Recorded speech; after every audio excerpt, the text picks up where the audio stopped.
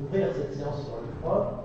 Nous aurons successivement Jean-Luc Laferrier, qui est notre membre de l'Académie en introduction, Didier Coulon, qui est le directeur de l'Institut national du froid, qui va nous parler de l'impact environnemental des systèmes de production. Nous aurons le professeur Gilles Christman, qui est directeur général de l'Agro-Paristek, qui nous parlera de froid et alimentation. Puis Denis Leduc, qui est ingénieur de recherche à l'UFCA, qui va nous ouvrir des perspectives sur les techniques et technologies pour le froid demain. Et enfin, Jacques Guilbard va nous tirer, qui est membre correspondant, va nous tirer les conclusions de cette présentation et de la discussion qui en suivra. Je demande instamment aux intervenants de respecter le timing, c'est-à-dire 20 minutes de présentation. Nous demandons, si possible, que les intervenants interviennent les uns après les autres et nous aurons ensuite une discussion générale. J'aime toujours réserver une part de la séance à la discussion générale parce que souvent les académiciens posent des questions très pertinentes. Voilà. Merci. Alors, monsieur Jean-Luc Laferrier va nous introduire la séance. Monsieur le Président, Monsieur le Vice-président, Monsieur le Trésorier perpétuel, mes chers collègues, donc je vais vous présenter une séance qui est consacrée à un sujet évidemment un peu technique, mais par contre extrêmement présent et extrêmement dans l'actualité. Il s'agit du froid et du développement durable. Quelle perspective pour demain? En effet, on peut se demander, le froid, quelle perspective?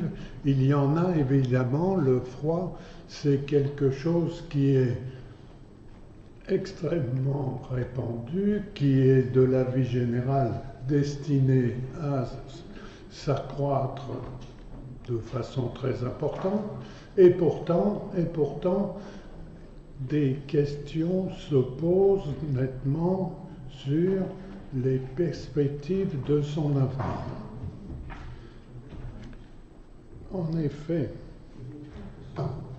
le développement durable s'est introduit il y a un certain temps dans le domaine du froid, notamment officiellement en 1987 par le vote du rapport Brundtland, qui définissait de façon officielle que le développement durable est un mode de développement qui répond aux besoins des générations présentes, à commencer par ceux des plus démunis, sans compromettre la capacité des générations futures à répondre aux leurs.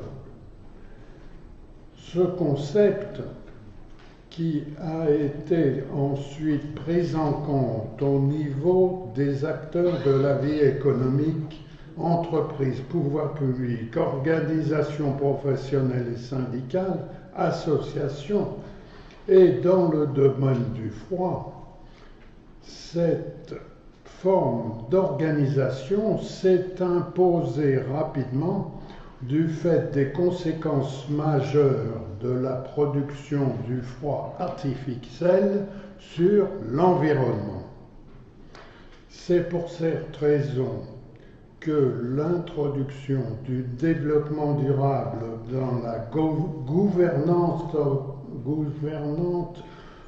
opérationnelle est représentée par le schéma des 3 cercles séquents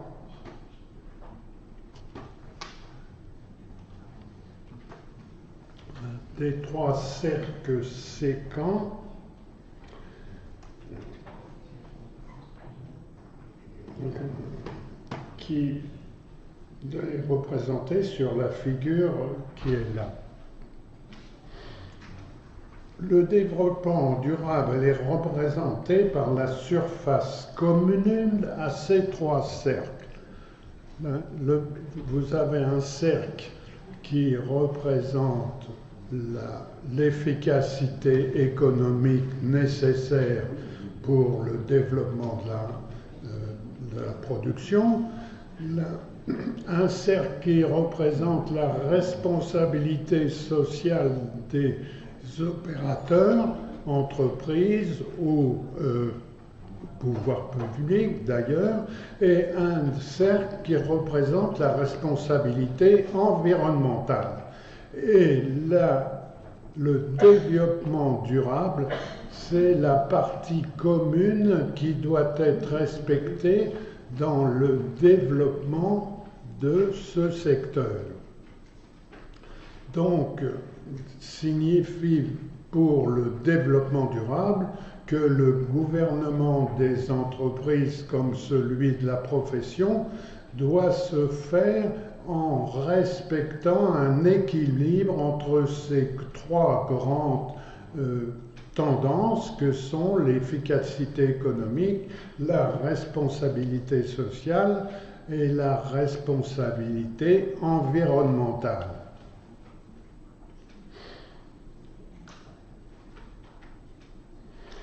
Et donc, finalement, pour les entreprises responsables, c'est une action sur les structures de l'entreprise qui doit être faite en permanence pour maintenir un développement durable en introduisant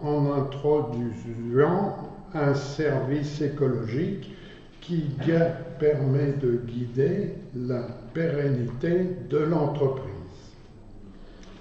Pour la France, une veille permanente est assurée par l'AFF et le Conseil national du froid en collaboration avec les organisations professionnelles, et cette veille est publiée régulièrement sur le titre de livre blanc sur les fluides frigorigènes. En effet, le problème numéro 1 au niveau de cette responsabilité environnementale, c'est révélé rapidement celui de l'utilisation des fluides frigorigènes dans le cycle à compression.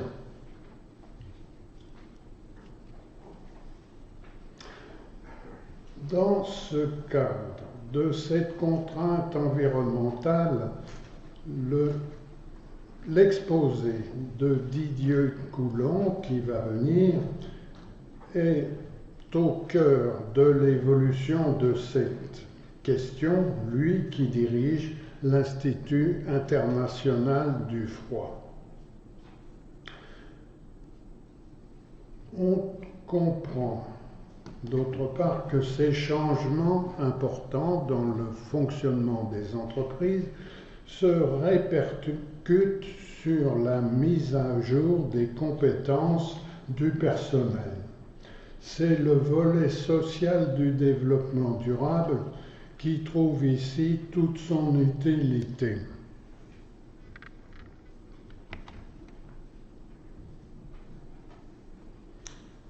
Un exemple très lourd en est l'attestation de capacité rendue obligatoire pour tout personnel manipulant les fluides fluorés. Délivrer cette attestation après un examen spécialement adapté, on voit bien que pour cet examen, des répercussions en chaîne se font sur le recrutement, sur la formation des enseignants et sur l'équipement des établissements d'enseignants. Voilà par exemple pour ces examens des options qui sont destinées au personnel de toute la profession à tous les frigoriques expérimentés, d'une part, qui préparent un examen théorique suivi d'une évaluation pour se mettre à jour et avoir le droit seulement de manipuler des fluides frigorigènes de type fluoré. Il y a aussi une formule destinée à des personnels moins formés, qui est un module de 3 jours qui comprend une partie pratique, une partie théorique et une évaluation qui est un examen qui leur permet ensuite, s'ils réussissent, d'être opérationnels pour le travail sur les fluides frigorigènes.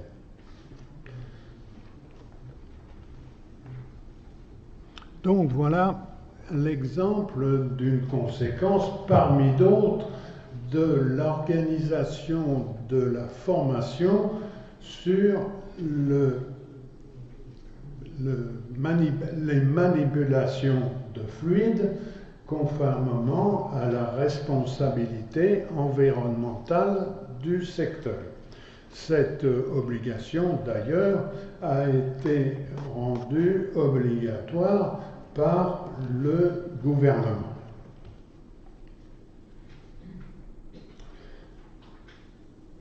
À part ça, il est quand même clair que le besoin en froid des sociétés modernes est assuré d'une croissance très importante, que ce soit par l'évolution des structures de consommation ou par la demande de pays en développement.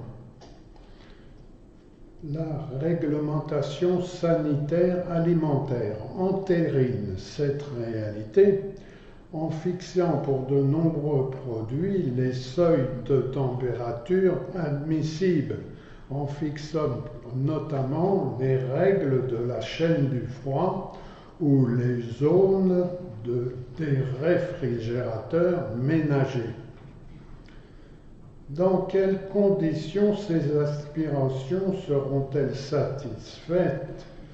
C'est le thème que Denis Leduc de l'IRSTEA développera ensuite. Oui, Denis Leduc, qui est ingénieur de recherche à l'IRSTEA, coordonne un projet européen sur le froid.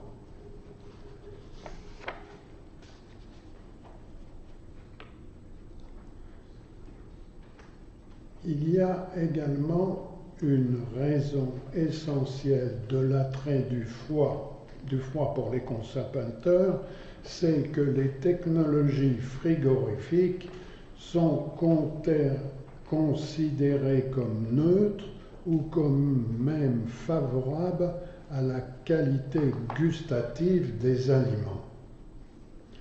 Le froid a un principe, c'est qu'il ne modifie pas, en principe, les propriétés des objets, des aliments auxquels il est appliqué. C'est un vieil adage du froid de dire que si on réfrigère de mauvais produits, ils resteront mauvais et ils ne seront pas améliorés. Réciproquement, si on réfrigère de bons produits, ils seront conservés en l'état. Bon, c'est une vérité un peu globale, peut-être un peu rapide, mais qui est très généralement admise et suivie. Et dans ces conditions, le froid peut s'associer sans conséquence à la plupart des techniques de préparation des plats pour améliorer leurs résultats. Peut-on envisager de s'en passer? C'est l'exposé du professeur Gilles Stristam, qui est directeur général d'AgroParisTech, qui nous parlera donc de toutes les possibilités de technologies alimentaires qui peuvent éventuellement réduire ou remplacer l'utilisation du froid.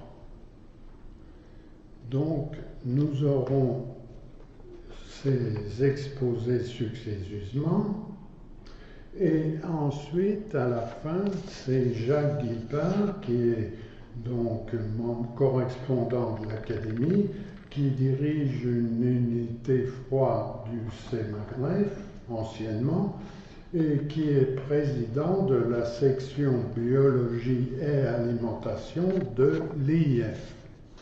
C'est lui donc qui tirera les conclusions de cet après-midi, et je vais donc laisser la parole aux intervenants.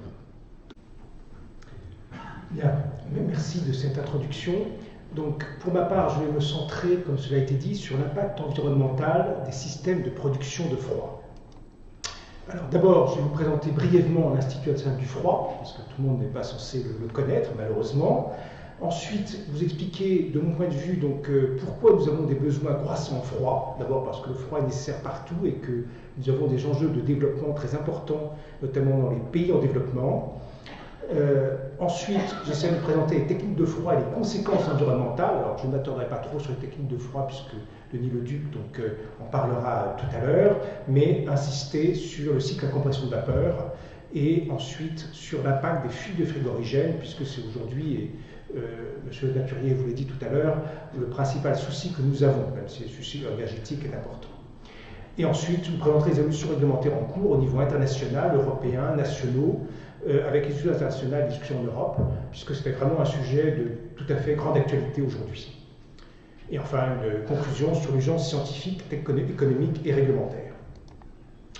Alors, d'abord, l'Institut national du froid, c'est une organisation indépendante, intergouvernementale, c'est-à-dire que nous résultons d'une convention entre pays, dont bien sûr la France est membre et hôte de l'Institut, qui est fondée sur la science et la technologie. Donc notre but, c'est de diffuser des connaissances sur les technologies du froid, toutes les technologies, qui améliorent la qualité de vie de façon rentable, durable, sur le plan environnemental.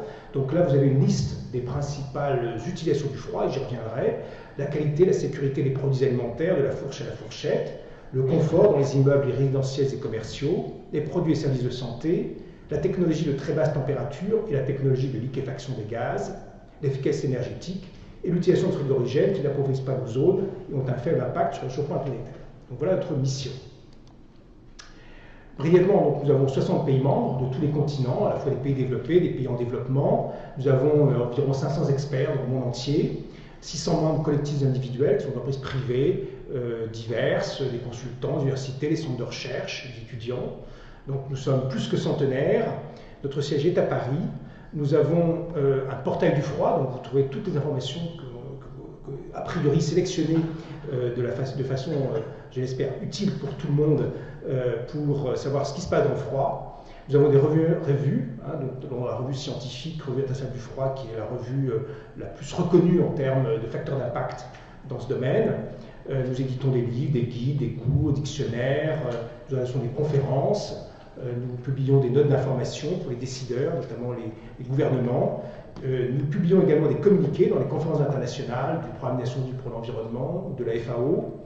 Nous participons à des projets de recherche européens en tant que, à la fois base documentaire, mais aussi diffuseur de résultats, mais des conférences et des publications. Et bien sûr, nous avons des groupes de travail sur un certain nombre de sujets, notamment les sujets environnementaux dont je vais parler. Alors d'abord, le froid est nécessaire partout. Pourquoi? Tout simplement parce que la température, c'est une grandeur, une variable clé, à la fois dans la physique, dans la chimie, dans la biologie. Et de ce fait, ça a des impacts sur l'état de la matière, y compris la matière non vivante, et puis bien sûr la matière vivante, avec des phases liquides, solides, gazeuses. Donc c'est à la fois déterminant pour chaque être vivant, nocif ou pas nocif, et sur des matériaux.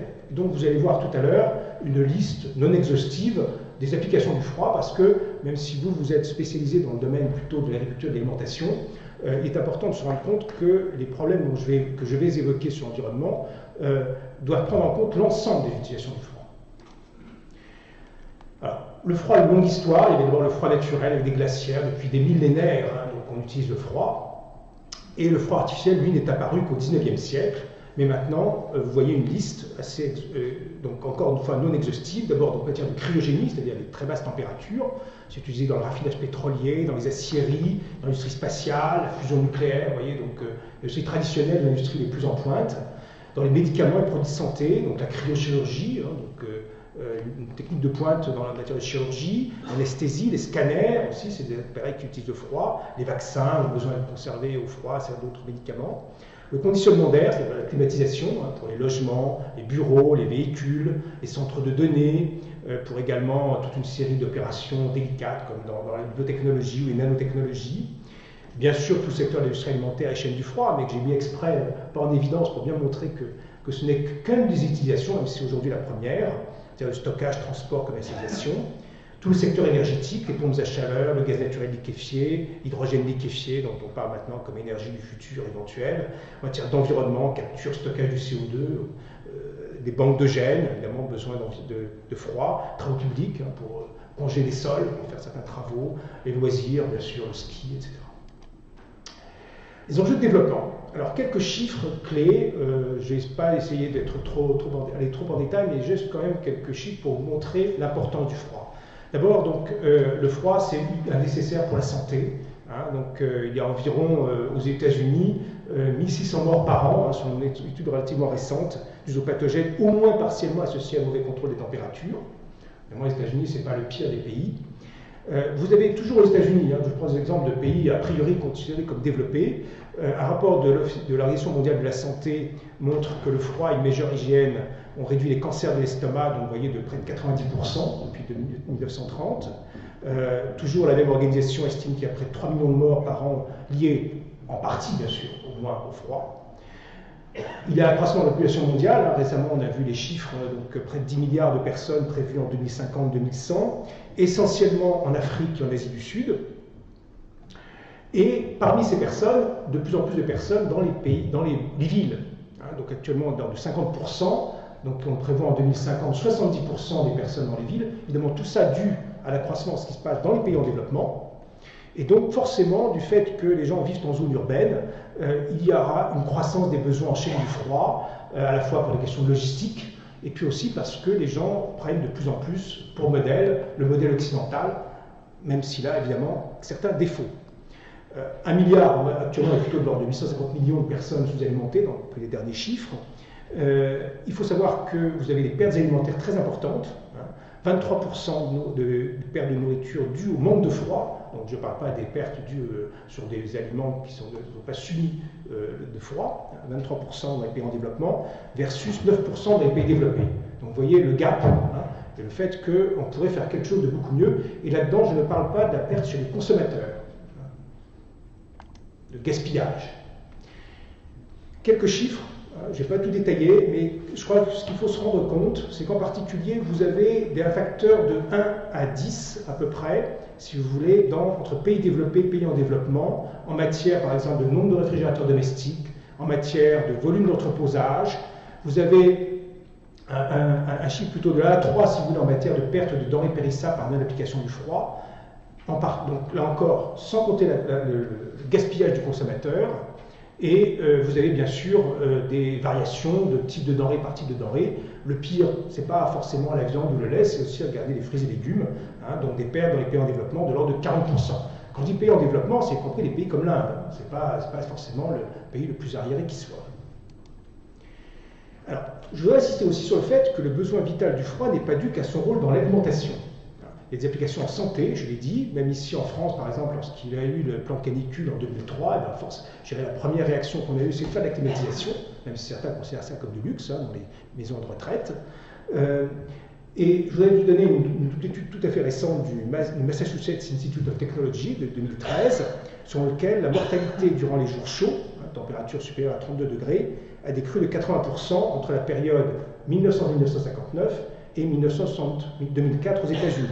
Et selon cette étude, donc, le conditionnement d'air résidentiel, donc c'est du froid, en serait la principale raison. Donc, ce qu'il faut bien comprendre, c'est que la croissance des besoins est partout, et surtout maintenant dans les pays émergents et dans le développement, à la fois dans le domaine de l'alimentation, mais aussi de plus en plus dans le domaine du conditionnement d'air. Et le fait qu'il y a ce développement, a priori qui devrait durer encore quelques dizaines d'années au moins, a des conséquences environnementales très importantes et croissantes. Alors maintenant, rapidement, qu'est-ce que c'est que les techniques du froid? Donc, il existe plusieurs techniques de production de froid. Alors, pour être très schématique, dans toutes ces techniques, vous avez d'abord une source d'énergie au départ. Donc, de toute façon, d'abord, vous avez besoin d'énergie, de l'électricité en règle générale, mais aussi on fait du froid avec l'énergie solaire, par exemple, qui permet de faire fonctionner le système. Ensuite, quand vous faites du froid, vous faites aussi du chaud, ce qui peut d'ailleurs induire, si on cherche des économies d'énergie, de combiner l'utilisation du froid et du chaud. C'est pas beaucoup.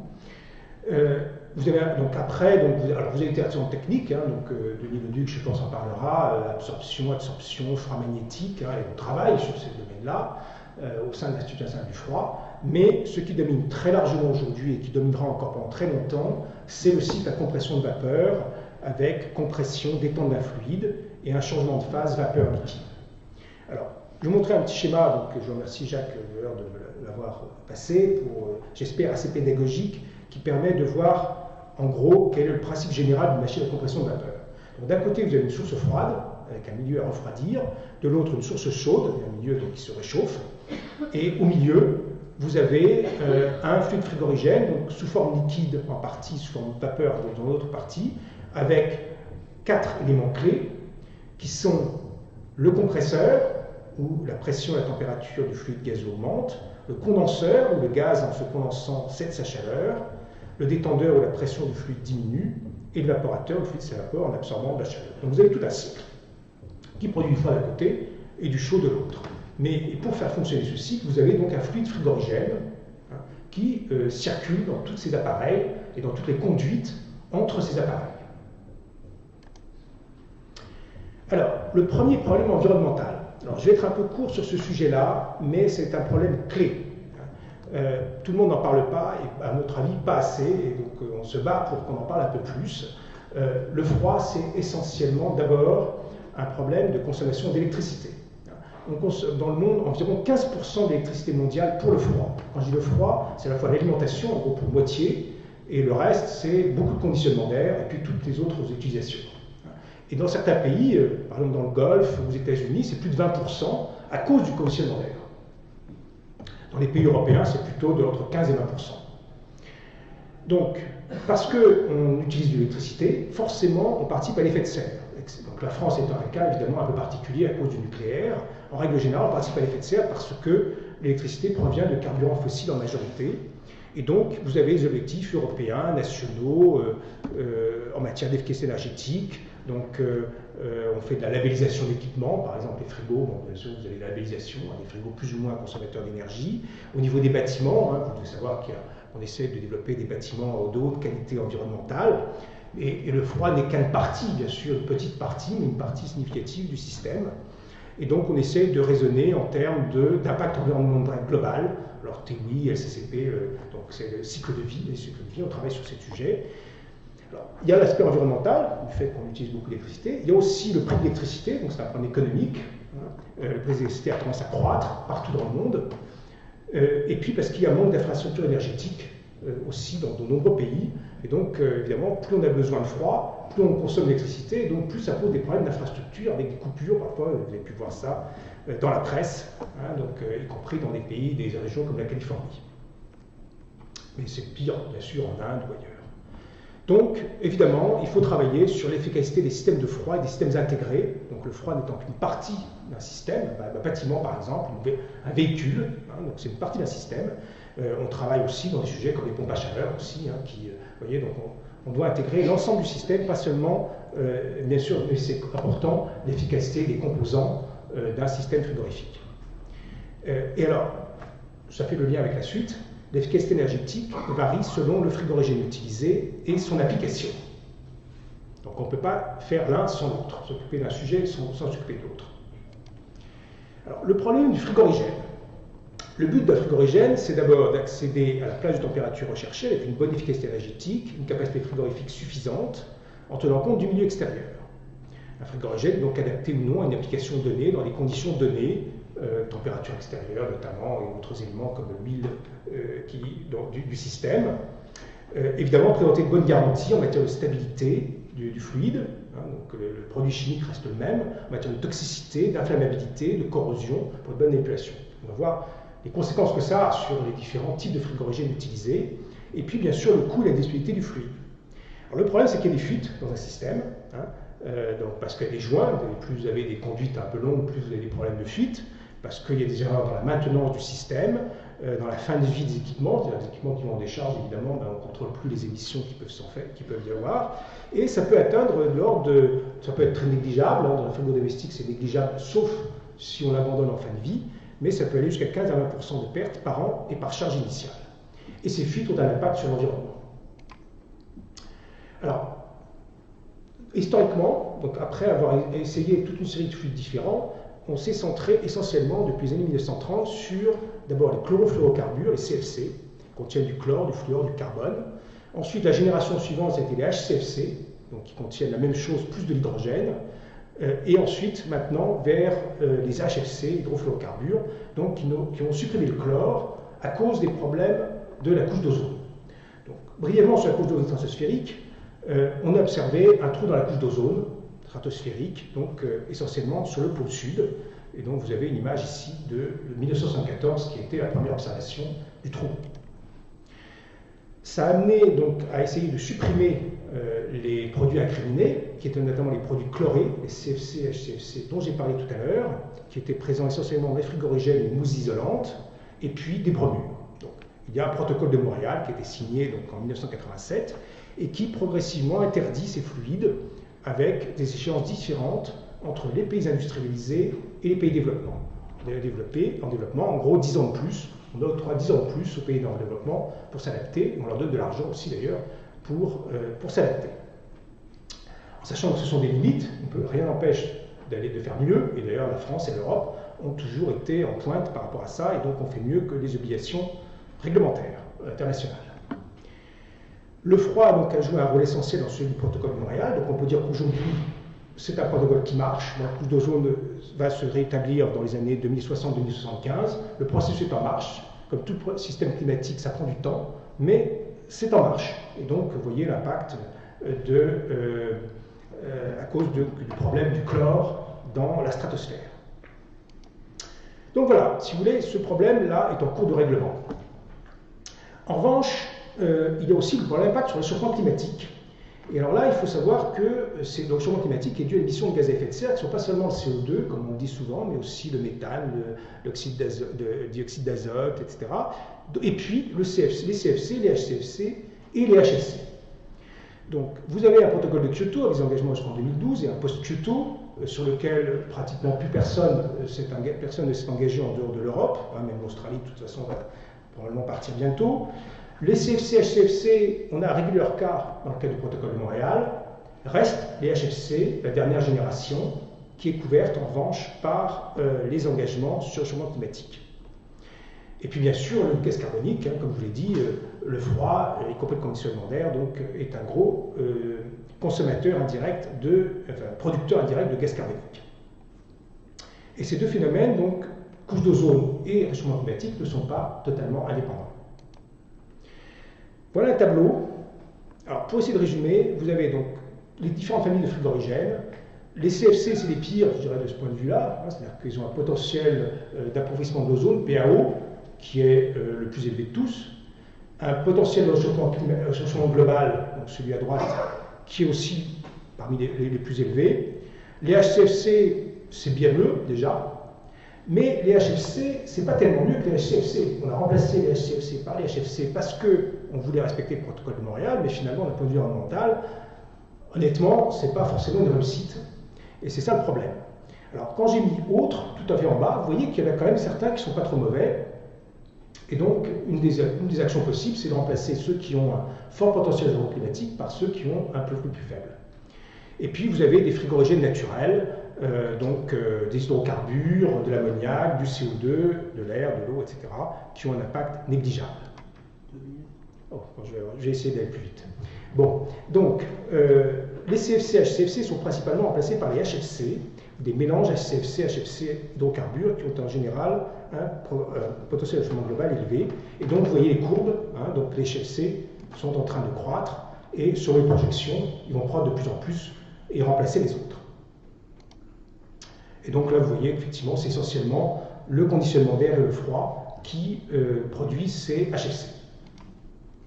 Alors, les conséquences. D'abord, l'accroissement des émissions de HFC pourrait annuler les bienfaits pour le climat du protocole de Montréal qui a supprimé les CFC. Les HFC sont cantonnés à des secteurs industriels limités, on peut donc plus facilement agir dessus que sur le CO2. On a l'expérience de la réussite du protocole de Montréal pour les deux premières familles, et donc on peut réussir pareillement pour les HFC s'ils sont gérés par le protocole de Montréal. La durée de vie des HFC dans la stratosphère est plus courte, l'atmosphère est plus courte que le CO2, et donc en agissant sur les HFC, l'impact sur le climat est plus rapide. Alors concrètement, vous avez deux types de discussions internationales. Les discussions internationales sur le climat, alors je n'ai pas détaillé, vous savez qu'il y a un certain nombre d'objectifs qui sont affichés, avec un objectif pour 2015 d'arriver à un accord. Donc là, pour l'instant, il y a uniquement des engagements unilatéraux qui ne sont pas forcément respectés, pour essayer de diminuer l'impact sur le climat en agissant notamment sur les HFC. Et puis, vous avez le protocole de Montréal qui marche bien, et donc un certain nombre de lobbying pour essayer de faire en sorte qu'on traite les HFC dans le cadre du protocole de Montréal, puisque finalement, les HFC remplacent les produits qui sont dans le protocole de Montréal pour ce qui est des produits fluorés. Alors actuellement, donc, il y a depuis plusieurs années une pression très forte de l'Amérique du Nord, notamment là-dessus. L'Europe, on va y venir après, donc s'est mise derrière aussi à pousser parce qu'elle-même veut faire sa propre réglementation interne. Et pour l'instant, le problème sont les pays émergents, notamment la Chine, l'Inde, et il y a pour l'instant des déclarations officielles, donc d'accords, des négociations au niveau le plus élevé politique, le plus élevé entre les présidents et vice-présidents au niveau indien, chinois, américain. Cela dit, au-delà des déclarations, pour l'instant, on attend quand même un résultat pratique. Méfiez-vous aussi des déclarations politiques à certains niveaux parfois, et encore faut-il qu'ils soient suivis. Donc, je passe sur la proposition américaine actuelle de façon très rapide. Simplement, l'idée, c'est non pas de supprimer complètement les HFC, mais de faire ce qu'on appelle un phase down, c'est-à-dire qu'on arriverait à un niveau de 15% au bout d'un certain temps de la production et de la consommation actuelle. Donc l'idée, c'est d'aller progressivement vers une diminution d'utilisation en remplaçant ces frigorigènes par d'autres, y compris des frigorigènes qui pourraient avoir un faible effet de serre, mais qui seraient toujours des HFC. 15%, ça permet d'utiliser des HFC à faible potentiel de changement global. Donc c'est plus souple, si vous voulez, que les systèmes de Montréal où on supprime complètement les familles de frigorigènes. Et bien sûr, avec un système décalé pour les pays en développement, leur laissant un peu plus de temps pour le faire. Alors, l'objectif dans ça, c'est évidemment 2015, donc la conférence de Paris sur le changement climatique. Est-ce qu'on arrivera ou pas à avoir un accord spécifique sur les HFC dans ce cadre-là, entre les deux conventions, d'un côté Montréal, de l'autre Kyoto, avec deux secrétaires différents, deux procédures différentes. Et donc, il y a des réunions prochaines, au mois d'octobre et novembre, auxquelles, bien sûr, l'Institut national du froid, moi-même, donc j'y participerai, je suis en train de communiquer, et je participerai à un certain nombre de discussions là-dessus. Donc, vous voyez, c'est vraiment d'actualité. Alors, les discussions en Europe, rapidement. La fin des HCFC, donc la famille précédente, c'est maintenant. Donc là, je dirais, on va pas trop en parler. Il y a un règlement européen qu'on appelle le règlement F-gaz, comme fluoré, F comme fluoré, qui a été adopté en 2006. Donc, M. Le Teinturier, tout à l'heure, vous a dit quelques mots. Le but, c'est de mieux contrôler les émissions de gaz fluorés et donc d'anticiper, si vous voulez, des réglementations ultérieures par la limitation des fuites. Donc pour ça, on veut former les personnels, certifier les personnels, les entreprises, pour diminuer les fuites dans les équipements fixes. En parallèle, il y a aussi une autre directive sur le conditionnement d'air automobile, puisque le conditionnement d'air automobile a un impact très très fort sur les fuites de frigorigènes. Et vous avez dû voir la polémique qu'il y avait entre Daimler-Benz et puis le gouvernement français notamment. C'est vraiment un truc d'actualité, on pourra y revenir si vous le souhaitez, mais ça montre aussi les difficultés qu'on peut avoir en établissant ce type de réglementation, même largement à l'avance, parce que c'était fait en 2006. Vous voyez, en 2013, on a toujours des problèmes d'application. Et d'ailleurs, ce règlement F-gaz, certains pays commencent tout juste à le mettre en place. Mais on a essayé de réviser ce règlement Donc il y a 2 ans et demi, on a commencé une procédure pour réviser ce règlement. Donc l'Institut y a participé, bien sûr. Aujourd'hui, on en est à un stade où vous avez la Commission environnement du Parlement européen qui est très volontariste dans ce domaine, qui doit aller très très vite en matière de diminution de la consommation et de la production des HFC au niveau européen, la Commission des communautés européennes qui est assez volontariste mais un petit peu moins, et puis le Conseil des ministres, on ne sait pas encore très bien ce qui en sortira. Normalement, d'ici la fin de l'année, il devrait y avoir une codécision sur ce sujet. Donc l'Europe va être en pointe, a priori, pour organiser une diminution de la production et de la consommation de HFC. Alors, je passe sur le détail.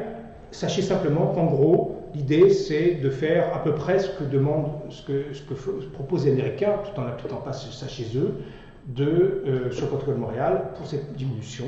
Donc avec des chiffres bien sûr qui varient d'ailleurs sur la proposition de la Commission et du Parlement, et progressivement d'interdire les HFC qui ont le plus fort potentiel d'effet de serre, donc l'obliger à les remplacer par d'autres fluides, en espérant bien sûr qu'ils ont la même efficacité énergétique.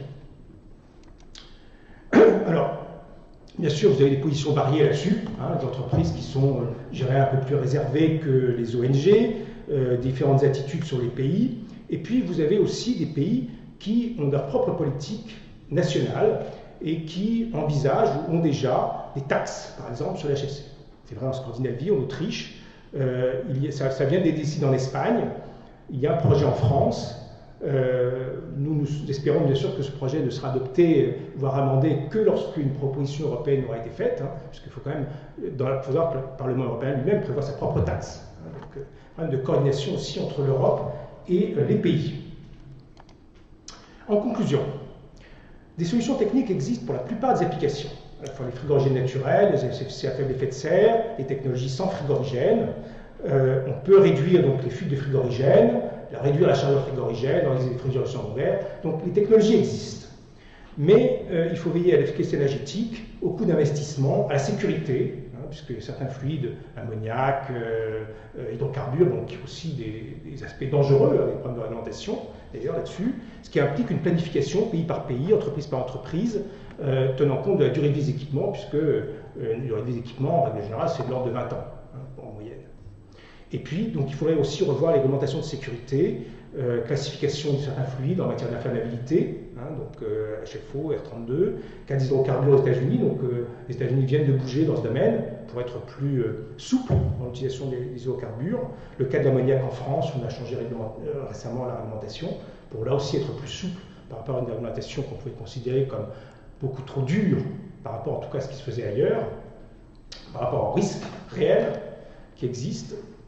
Et puis, donc, il faut informer au maximum entreprises, administrations, former les ingénieurs techniciens, faire davantage de recherches dans le domaine lié au froid, parce que évidemment, ça paraît, le froid est une technologie, je dirais, ancienne, qui n'est peut-être pas suffisamment visible en tant que technologie de pointe, et c'est un regret, bien sûr. Il faut faire du transfert de technologie, investir dans les pays en voie de développement, en Afrique, en Asie du Sud, et je parle devant des Français, la France et les industriels français et européens ont une place à prendre dans ce domaine. Il y a une vraie compétition qui s'exerce, notamment vis-à-vis des États-Unis ou quelques autres pays européens. Et c'est un exercice pratique de développement durable pour la France et le monde. Donc on est bien sûr là pour vous aider à anticiper et accompagner ces mouvements. Merci. Bonjour. Alors je vais essayer de vous traiter la question des alternatives à la chaîne du froid. C'est une question finalement difficile.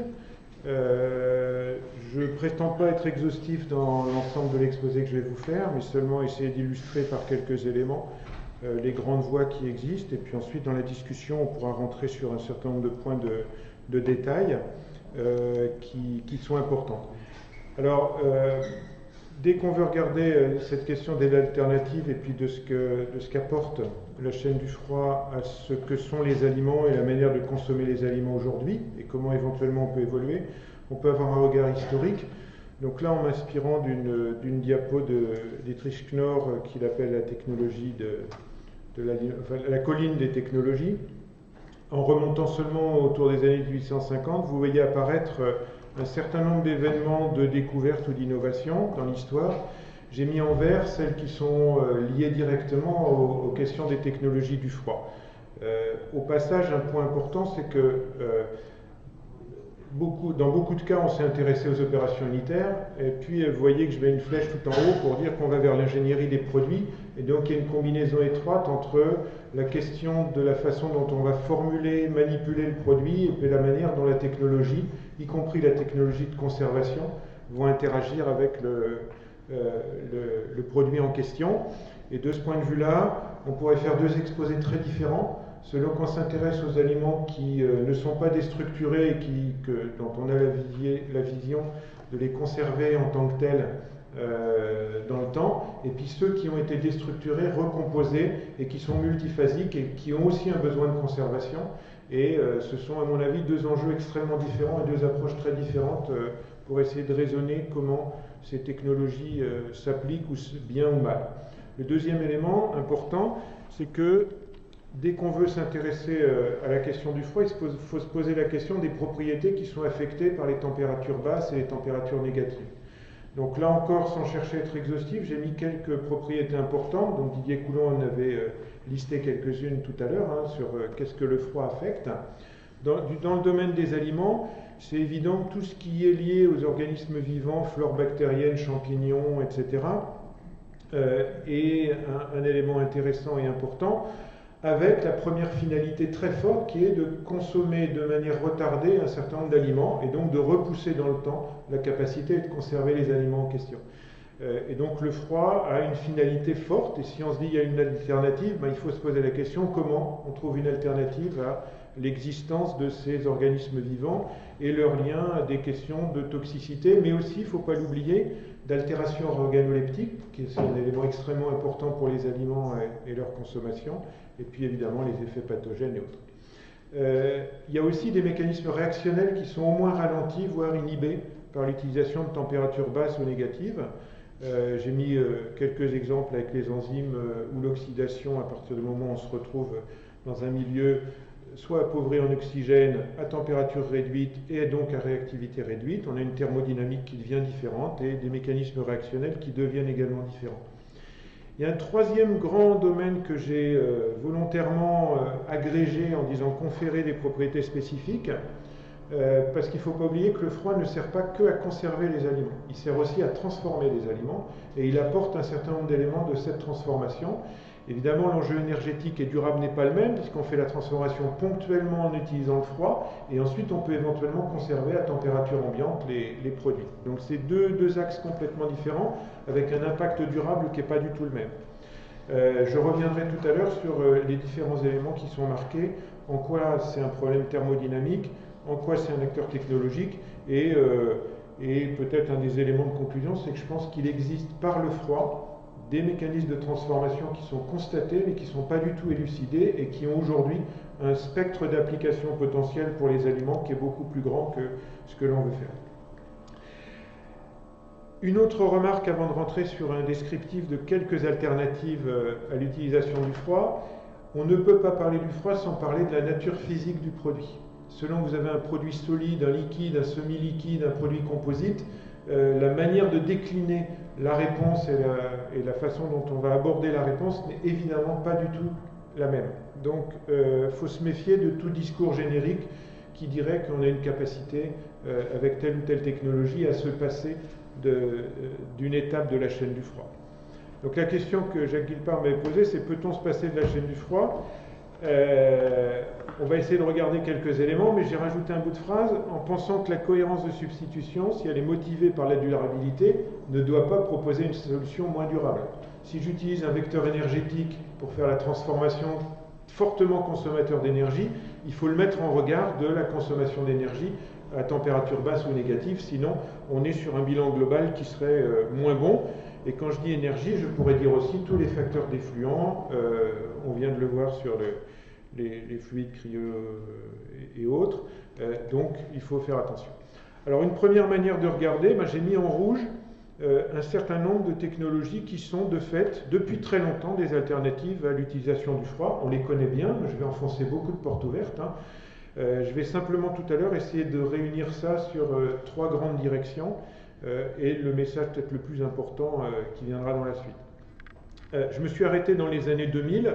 En fait, il faut avoir en tête qu'il y a une certaine explosion d'alternatives possibles qui ont été étudiées depuis une petite vingtaine d'années, dont certaines d'entre elles, à partir des années 2000, ont trouvé des applications industrielles, voire des applications aux échelles domestiques et restauration hors foyer, restauration collective, qui sont assez intéressantes. Et donc, il y a une certaine explosion de tout ça. Alors, comment on peut le regrouper? Moi, je suis proposé de rester sur 3 idées importantes. La première grande approche, c'est on protège de l'environnement l'aliment en question. La deuxième, c'est qu'on transforme l'aliment, on lui apporte par la transformation un certain nombre de propriétés. Et puis la troisième, qui est probablement la plus riche, la plus intéressante, pas forcément la plus connue pour tous ces mécanismes, mais en tout cas des idées sont bien identifiées, c'est on va contester les conditions favorables de développement ou de réaction qui seraient les propriétés dont j'ai parlé tout à l'heure, de par un certain nombre de conditions liées au froid. Alors ça, qu'est-ce qu'on va trouver? On va trouver l'emballage, évidemment, ce qui est un vecteur qu'il ne faut absolument pas oublier, mais les mécanismes d'emballage, et je vais détailler tout à l'heure les voies les plus intéressantes actuelles, sont un des moyens de se protéger du froid. Encore une fois, j'ai bien dit, pour certains produits, mon discours n'est pas générique pour tout produit. Dans la transformation, j'ai isolé cuire, fermenter, on va voir quelques exemples, et puis changer la structure aussi, faire une poudre, c'est un excellent moyen, en baissant l'activité de l'eau, d'avoir une capacité de conservation du produit longtemps, qui demande de réhydrater. Au passage, déshydrater, réhydrater, en termes de durabilité, c'est une sacrée question à côté de l'énergie. On consomme beaucoup d'eau pour faire ça, pour faire les aliments, et si on a un regard durable, il faudrait mettre le froid en regard de ces questions d'eau et de l'utilisation d'eau. Sur le troisième axe qui est contester les conditions favorables liées notamment aux micro-organismes ou aux mécanismes réactionnels, j'ai mis 3 grandes voies ici. On détruit, on réduit, on inhibe les composants vivants, bactéries et autres. On les combat par une écologie bactérienne, ce qui est une voie extrêmement intéressante qu'on utilise tous les jours pour ceux qui aiment bien manger du saucisson. Et on fait une formulation directe ou indirecte que je vais repréciser tout à l'heure. La réalité, c'est que très probablement, il y a un tout petit nombre de cas qui sont uniquement réalisés par l'une de ces voies. Et probablement, le message le plus important, c'est que les alternatives qui existent sont toutes issues de combinaisons de ces différentes voies. Donc j'ai mis l'idée Hurdle Technologies de Leissner qui est là, qui était bien de dire, je mets une série de barrières successives dans un procédé de préservation du produit dans le temps, et chacune de ces barrières, abîmant peu de propriétés, fait un produit qui à la fin a des propriétés organoleptiques, d'usage, etc. qui sont intéressantes, mais en plus des propriétés de sécurité sanitaire qui sont maîtrisées par la succession des barrières qu'on installe. Et c'est sans doute cette combinaison raisonnée d'approche qui est l'axe le plus intéressant. Raisonner suppose qu'on est capable de la penser, éventuellement de la calculer, et là on verra en conclusion qu'il n'est pas sûr qu'on ait les connaissances aujourd'hui pour tout calculer. Alors j'ai mis quelques axes qui sont à mon avis intéressants dans les progrès scientifiques actuels, qui donnent lieu à des produits au niveau de la consommation vue à l'échelle du monde, puisque dans certains cas, certaines technologies ne sont pas autorisées en France. Donc dans le domaine de l'emballage, c'est tout ce qu'on appelle emballage intelligent, actif, les emballages pour lesquels on a inséré des nanocomposants qui vont avoir des fonctionnements liés aux micro-organismes par exemple, qui empêchent l'adhésion de biofilms et qui empêchent donc des croissances de biofilms. C'est les atmosphères modifiées, je suis désolé, la mise en page a un peu changé en passant de mon ordinateur à celui-là. L'atmosphère modifiée étant très intéressante pour cette conservation, mais aussi le sous-vide, qui est l'un des moyens de jouer sur la thermodynamique de conservation du produit en abaissant une pression, en enlevant l'oxygène de l'air ou l'air lui-même et en changeant tous les mécanismes réactionnels. Du point de vue de tout ce qui est la contestation des conditions favorables qui abîmeraient le produit, il y a 2 grandes voies sur les voies détruire, réduire ou inhiber que j'ai indiquées ici. La première qui est très connue, que je ne vais pas décrire, c'est pasteurisation, stérilisation. On est dans le domaine des voies thermiques. Mais il y en a une autre qui est très intéressante, qui s'est développée ces 20 dernières années. Ce sont les voies dites athermiques, même si aujourd'hui je pense que tout le monde est d'accord sur le fait que ce n'est pas vraiment de la thermique, mais c'est déjà une combinaison de traitements thermiques à faible niveau énergétique avec d'autres principes physiques. Les hautes pressions, par exemple, sont aujourd'hui reconnues par l'USDA pour la conservation des produits 4e gamme, et donc permettent d'avoir un changement complet de la manière dont on va gérer le froid. Ça ne veut pas dire encore travailler sans le froid, mais ça peut être de travailler avec un froid à température un peu plus élevée qui, en delta, du point de vue durabilité, va donner un gain énergétique conséquent. Champ électrique pulsé, il y a eu beaucoup d'espoir dessus. Aujourd'hui, je pense qu'il y a un consensus scientifique pour dire que ce n'est pas tellement sur la préservation par rapport aux micro-organismes, flore, spores et autres, que c'est intéressant, mais davantage sur le fait que ça favorise d'autres procédés d'extraction, mais néanmoins, il faut les mettre dans cette colonne-là. Les plasmas froids notamment, lumière pulsée, etc. Et puis du point de vue de la formulation directe, alors on pourrait dire que c'est des progrès récents. Christiane Mercier se souviendra peut-être de tout ce qui a été fait chez Crealis sur la déshydratation osmotique, imprégnation par immersion, etc. C'est quand même des travaux qui ont aujourd'hui une bonne vingtaine d'années, un peu plus. Ils ont apporté beaucoup de progrès sur la compréhension des mécanismes de transfert, comment on pouvait gérer l'activité de l'eau, les conditions de conservation du produit, et comment on pouvait installer des mécanismes compétitifs par rapport à ce qui pouvait dégrader l'aliment, et qui permet, on va le voir après, combiné ou seul, avec du fumage, du salage, du marinage, du confisage, de faire, parce que j'ai marqué, on baisse l'activité de l'eau, on baisse le pH et on introduit un certain nombre de barrières qui permettent d'éviter des mécanismes qui dégraderaient la qualité des produits. Alors si on regarde quelques exemples, alors pour aller vite, et paradoxalement vous verrez pas mal de produits carnés, parce que c'est sans doute là-dessus que dans l'histoire il y a eu le plus d'éléments par rapport aux végétaux, enfin produits issus de l'animal, puisque là il y a un exemple de fromage. Là, on a des fromages, tant qu'on n'enlève pas la croûte, on pourrait conserver pratiquement à température ambiante, en tout cas dans nos pays qui restent à température raisonnable. Par contre, une fois que c'est ouvert, une fois qu'on a coupé le fromage, on a d'autres mécanismes qui viennent, puisque la surface d'échange et de contact avec l'atmosphère peut être tout à fait importante. Le saucisson, j'en ai dit un mot, mais vous avez aussi un exemple ici de jambon sec, etc., qui sont salés séchés. Là, il y a un exemple assez intéressant de mécanisme, c'est un produit des pays du Nord, dans lequel on a un poisson qui est fermenté, et puis qui est conservé aussi avec un milieu sel. Donc je ne vais pas décrire l'ensemble, mais c'est pour illustrer des technologies qui existent. Ce que vous pouvez voir, c'est que ça date des années 1500 et de la guerre de 7 ans dans les pays du Nord, et donc c'est pour montrer que ces technologies sont anciennes. Autre technologie ancienne, viande salée séchée fumée Amérique du Sud. Donc là, on est sur un classique de ces viandes qu'on connaît également dans nos pays, les produits salés séchés fumés, qu'on peut conserver à température ambiante, mais là, dans les pays d'Amérique du Sud, et comme l'exemple suivant qui va venir, Amérique du Sud ou Afrique, on trouve des produits qu'on conserve à température ambiante tropicale. Donc une capacité de conservation quelques mois qui se passe complètement de la chaîne du froid. Le kilichi, c'est un autre exemple de viande. Cette fois, elle est séchée mais enrobée. Et quand vous regardez la composition de l'enrobage qui est indiquée ici, vous voyez qu'il y a toujours un peu de sel, mais aussi des pâtes d'arachide, des épices. Les épices, pour une partie d'entre eux, ayant des caractéristiques qui sont antibactériens, voire antioxydants. Et donc des mécanismes qui sont intéressants. C'est un produit qui est conservé à température ambiante dans les pays tropicaux. Le boucané de l'île de la Réunion, qui lui aussi est un produit salé séché et cette fois-ci fumé. Donc le fumage apporte, sous réserve qu'on le maîtrise dans de bonnes conditions pour des questions de risque sanitaire, une capacité à conserver le produit et avoir là encore un effet antibactérien tout à fait significatif. Ce type de produit fonctionne bien et on a même des alternatives.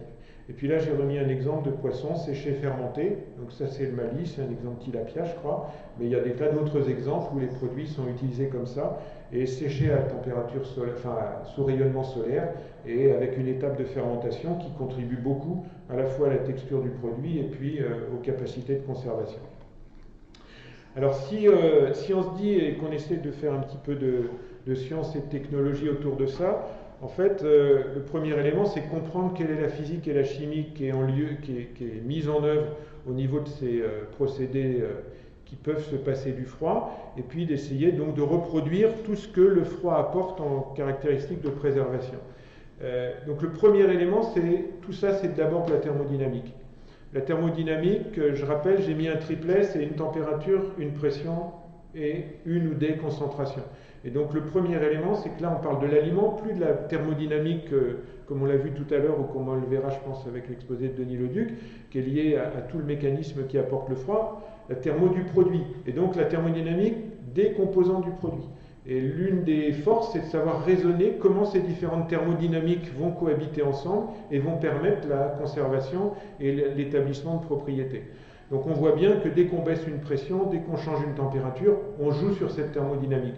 Au passage, le fait de formuler, d'amener des molécules nouvelles, joue sur les facteurs de concentration et change la capacité à conserver. Le deuxième élément, c'est que le froid, c'est aussi une dynamique. Et ce n'est pas seulement une thermodynamique, mais il y a aussi une cinétique qui joue derrière et qui a une influence sur les mécanismes réactionnels. Et derrière, sur certains des exemples que j'ai présentés, des mécanismes de transfert qui vont faire migrer des molécules à l'intérieur du produit ou les installer en surface et installer une capacité à résister au froid. L'autre point qu'on oublie beaucoup, c'est que le froid, c'est aussi une mécanistique structurale à l'échelle moléculaire. Alors, juste pour l'illustrer, j'ai pris l'exemple d'un diagramme d'état. Dans l'opération de refroidissement, on peut gérer le fait que l'on va passer d'un état amorphe à un état cristallin, qu'on va pouvoir par ce biais-là stabiliser un certain nombre de mécanismes qui donneraient lieu à des réactions si on ne les contrôlait pas. Et dans cet ensemble-là, on peut maîtriser la capacité à faire des réactions chimiques de certains types et les contrôler vraiment. Donc c'est un élément tout à fait significatif. L'autre élément de mécanique structurale, on peut faire de l'extraction par le froid. Donc on sort de la capacité de conservation. Le fait de faire de la cristallisation casse des cellules, fait qu'on peut faire migrer après, en décongelant le produit, ou en cassant ces cristaux, en revenant en température ambiante, on va faire migrer des composés qui sont à l'intérieur des cellules. Donc c'est un procédé d'extraction qui n'est pas si inintéressant.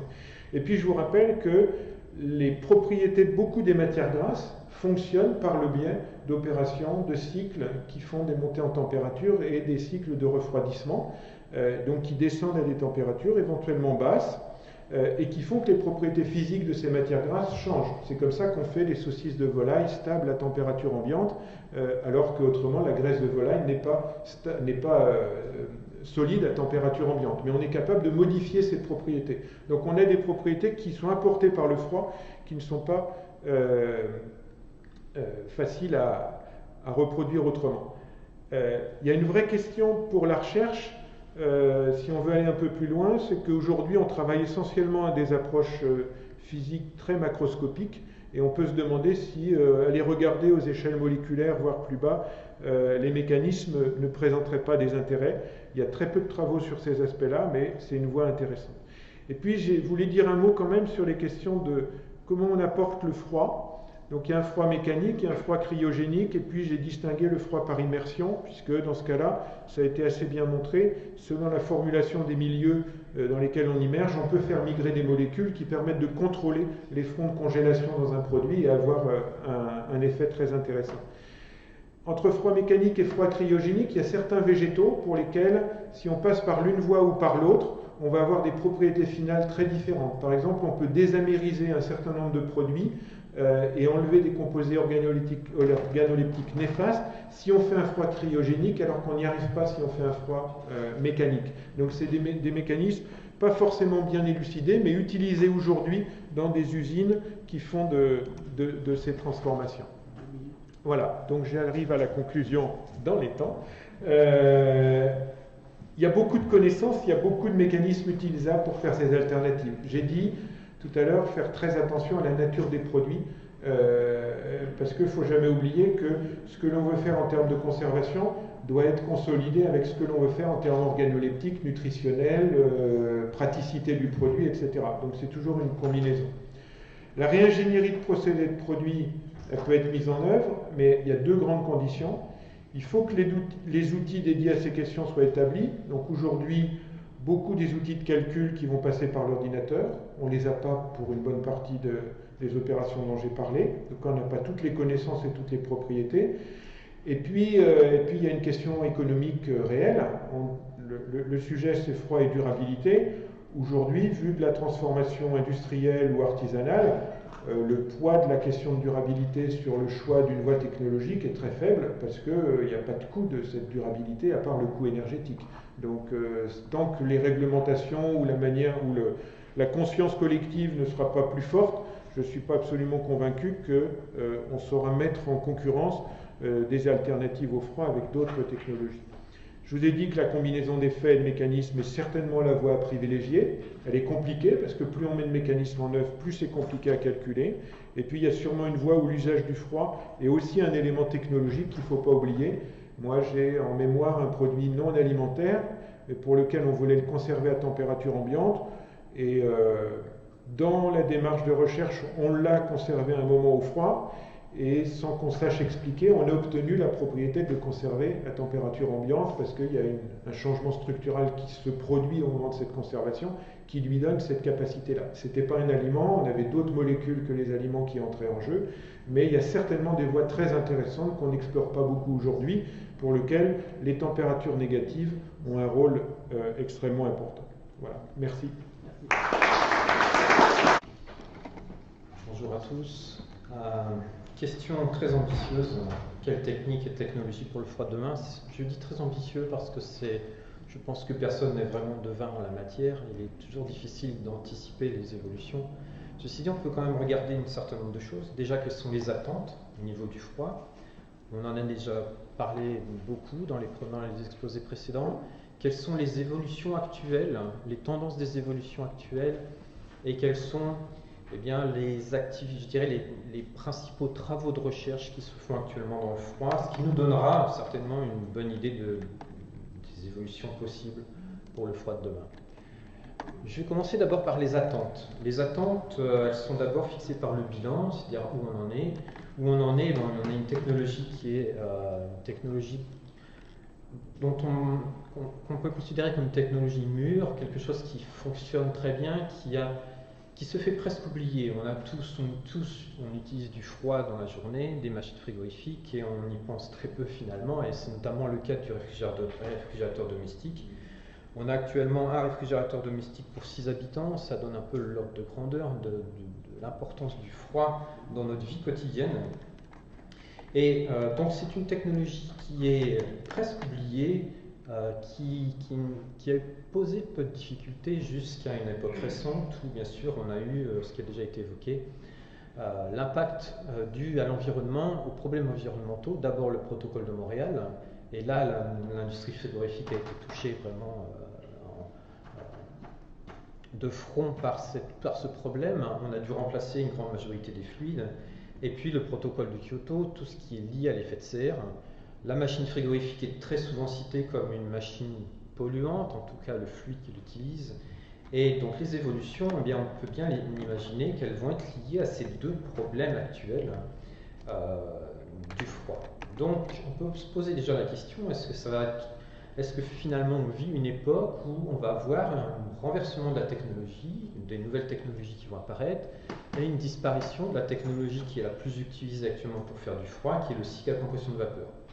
On a déjà vu, le principe globalement consiste à évaporer un fluide pour transporter du froid, extraire du froid et le rejeter à l'extérieur, par exemple dans l'ambiance ou dans un autre milieu.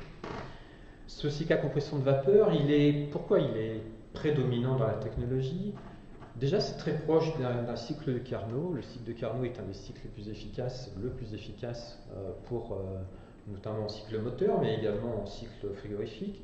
On a quelque chose donc qui est très efficace au niveau de la performance, on a un coût qui est limité et on a des technologies qui sont parfaitement maîtrisées. On utilise ce cycle depuis une bonne centaine d'années et on a des technologies qui fonctionnent parfaitement. Donc qu'est-ce qui pourrait changer un petit peu ce cycle à compression de vapeur et le faire évoluer dans le futur? C'est le fait qu'on utilise malheureusement un fluide qui peut être polluant. Il n'est pas forcément polluant, il existe des fluides non polluants. Mais la majorité des fluides qu'on utilise sont des fluides polluants.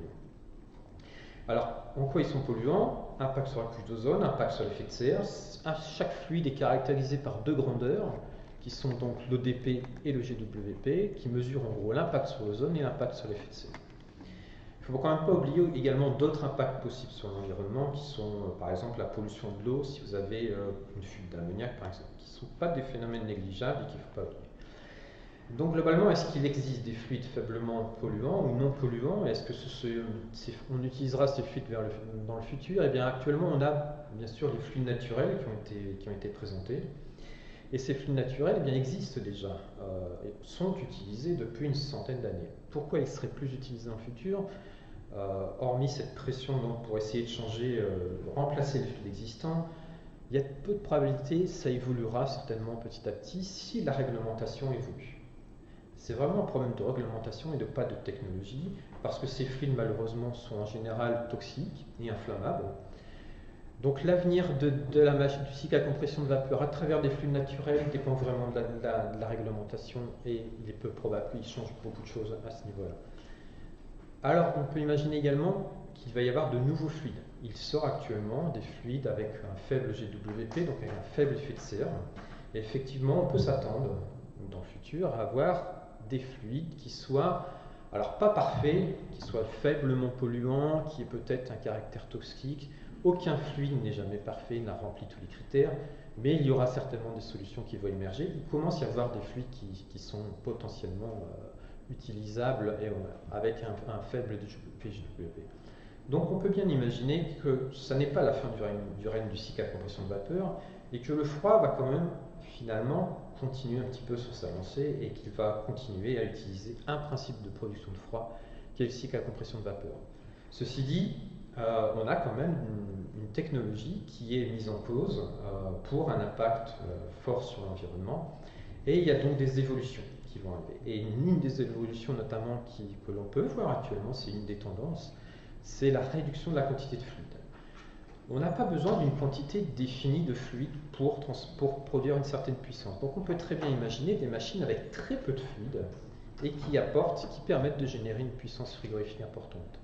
Et il y a beaucoup de développements actuellement qui se font au niveau par exemple des échangeurs compacts. Je vous donne juste un exemple, ce qu'on appelle les échangeurs amicano. Vous savez qu'actuellement les machines frigorifiques, vous avez certainement vu des exemples où vous voyez des tubes de l'ordre de 1 cm de diamètre. Et bien actuellement on a des technologies d'échangeurs qui utilisent des canaux dans lesquels le fluide circule et qui ont un diamètre hydraulique de l'ordre du millimètre. Donc ce sont des échangeurs qui peuvent être très compacts, qui sont légers et qui ont un volume interne réduit. Et c'est loin d'être négligeable, on peut réduire de 50 à 70% la quantité de fluide frigorigène dans les échangeurs par exemple. Ce sont des technologies qui émergent. Ça c'est vraiment une tendance, c'est la réduction de la quantité de fluide frigorigène dans les installations, en essayant de conserver la performance thermique. Voilà une tendance, mais je dirais que là je me suis un petit peu concentré sur le fluide en disant la machine va évoluer à cause du fluide. La machine va évoluer aussi parce qu'elle est la machine frigorifique, c'est une technologie consommatrice d'énergie. Et c'est même facilement démontrable.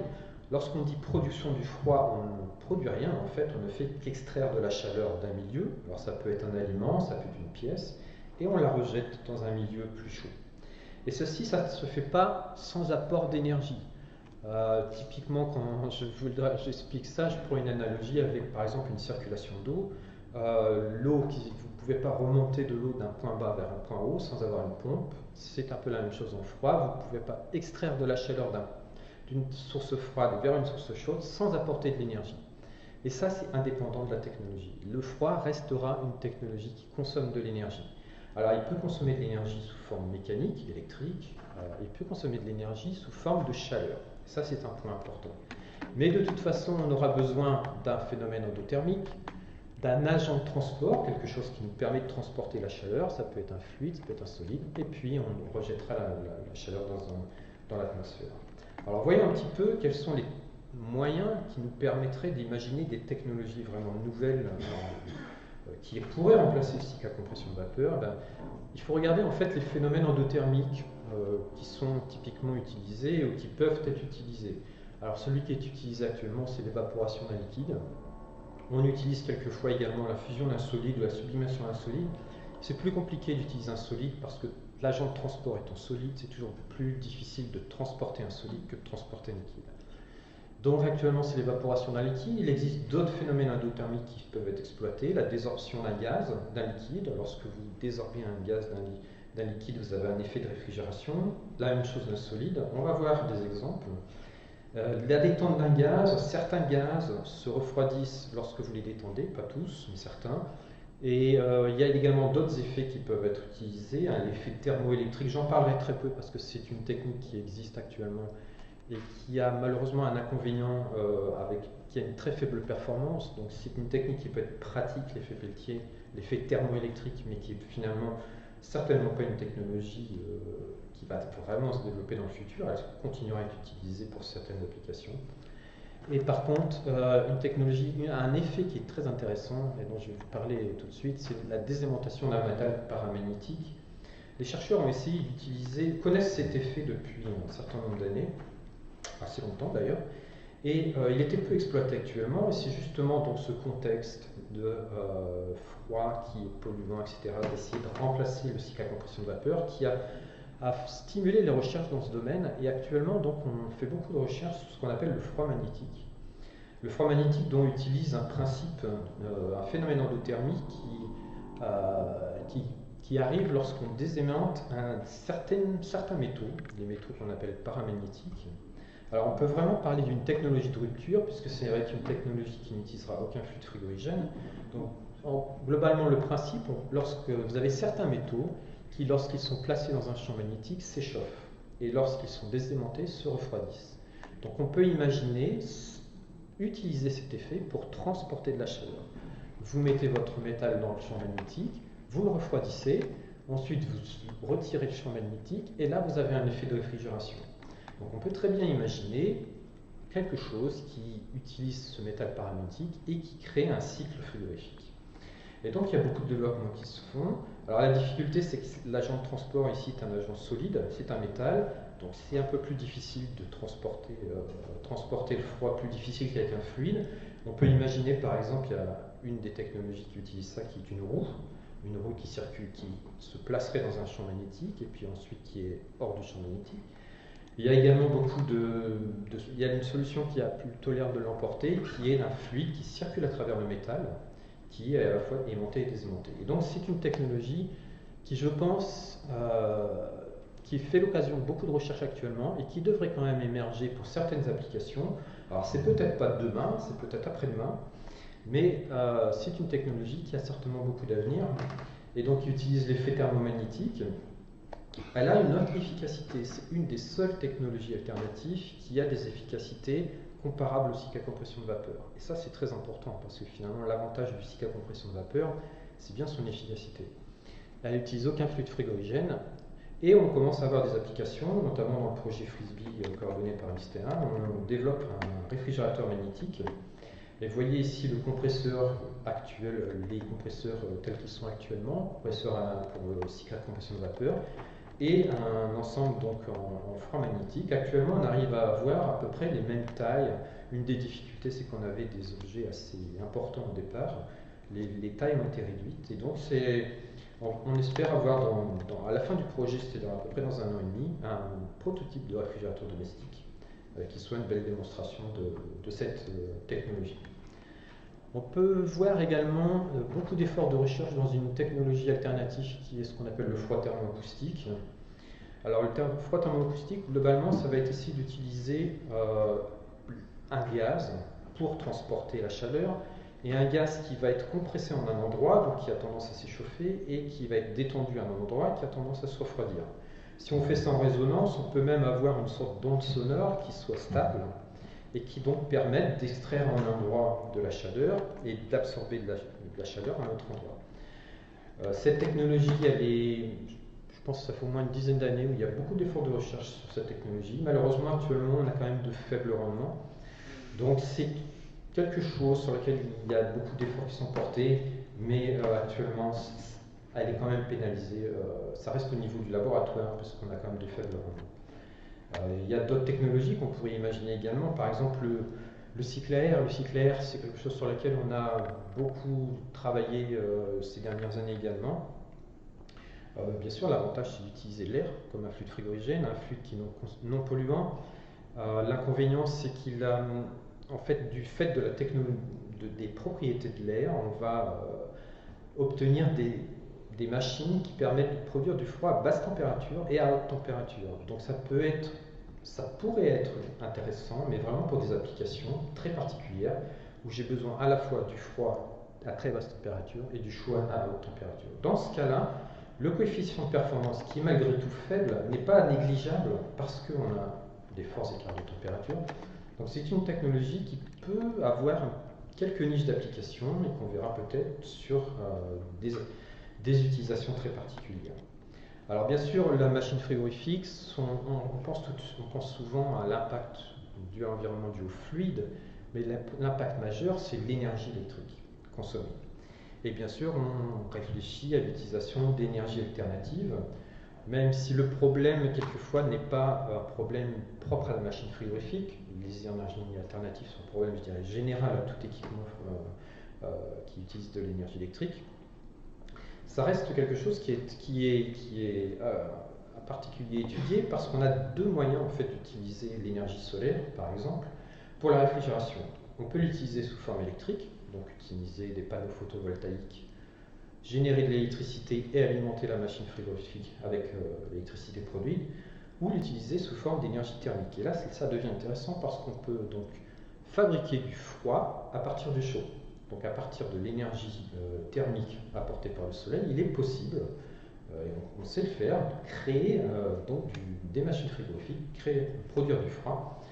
Et c'est donc une particularité de la machine frigorifique qui sera certainement exploitée dans le futur, même si le démarrage est lent et que ça s'installe petit à petit. Donc le photovoltaïque, je vais en parler très rapidement, c'est vraiment de toute façon un problème général, je dirais, de génération d'énergie électrique qui n'est pas propre au réfrigérateur, mais de toute façon, le problème global reste déjà les surfaces nécessaires.